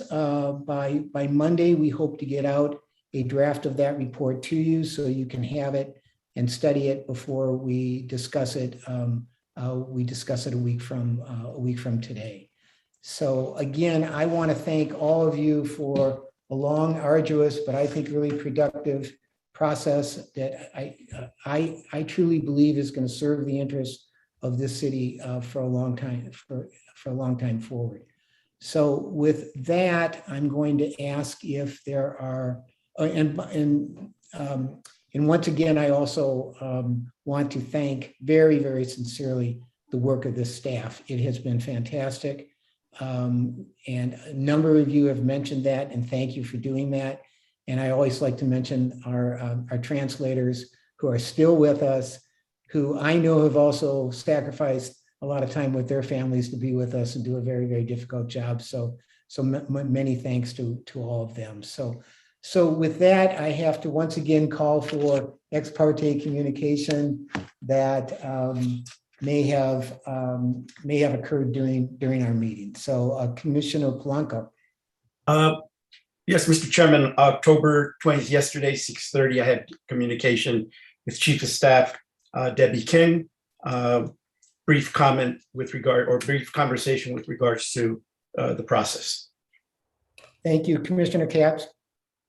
Thank you, Mr. Chair. At 7 o'clock tonight, I had a 10-minute conversation with Lisa Hanson, Chief of Staff for Councilman Blumenfield, just updating her on tonight's activities.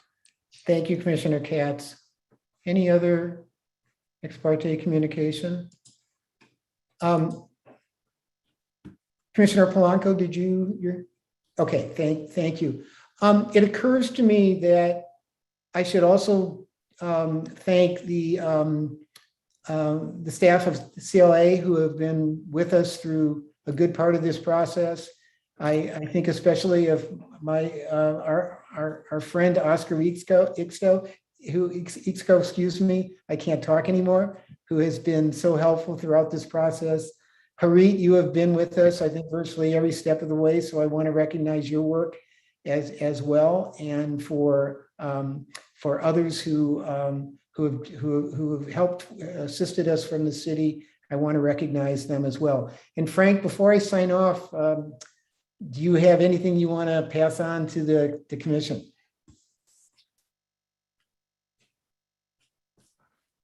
Only that it's been my observation from the beginning that this commission was thoroughly committed to being transparent and to doing its work in the best interests of all of the people of Los Angeles.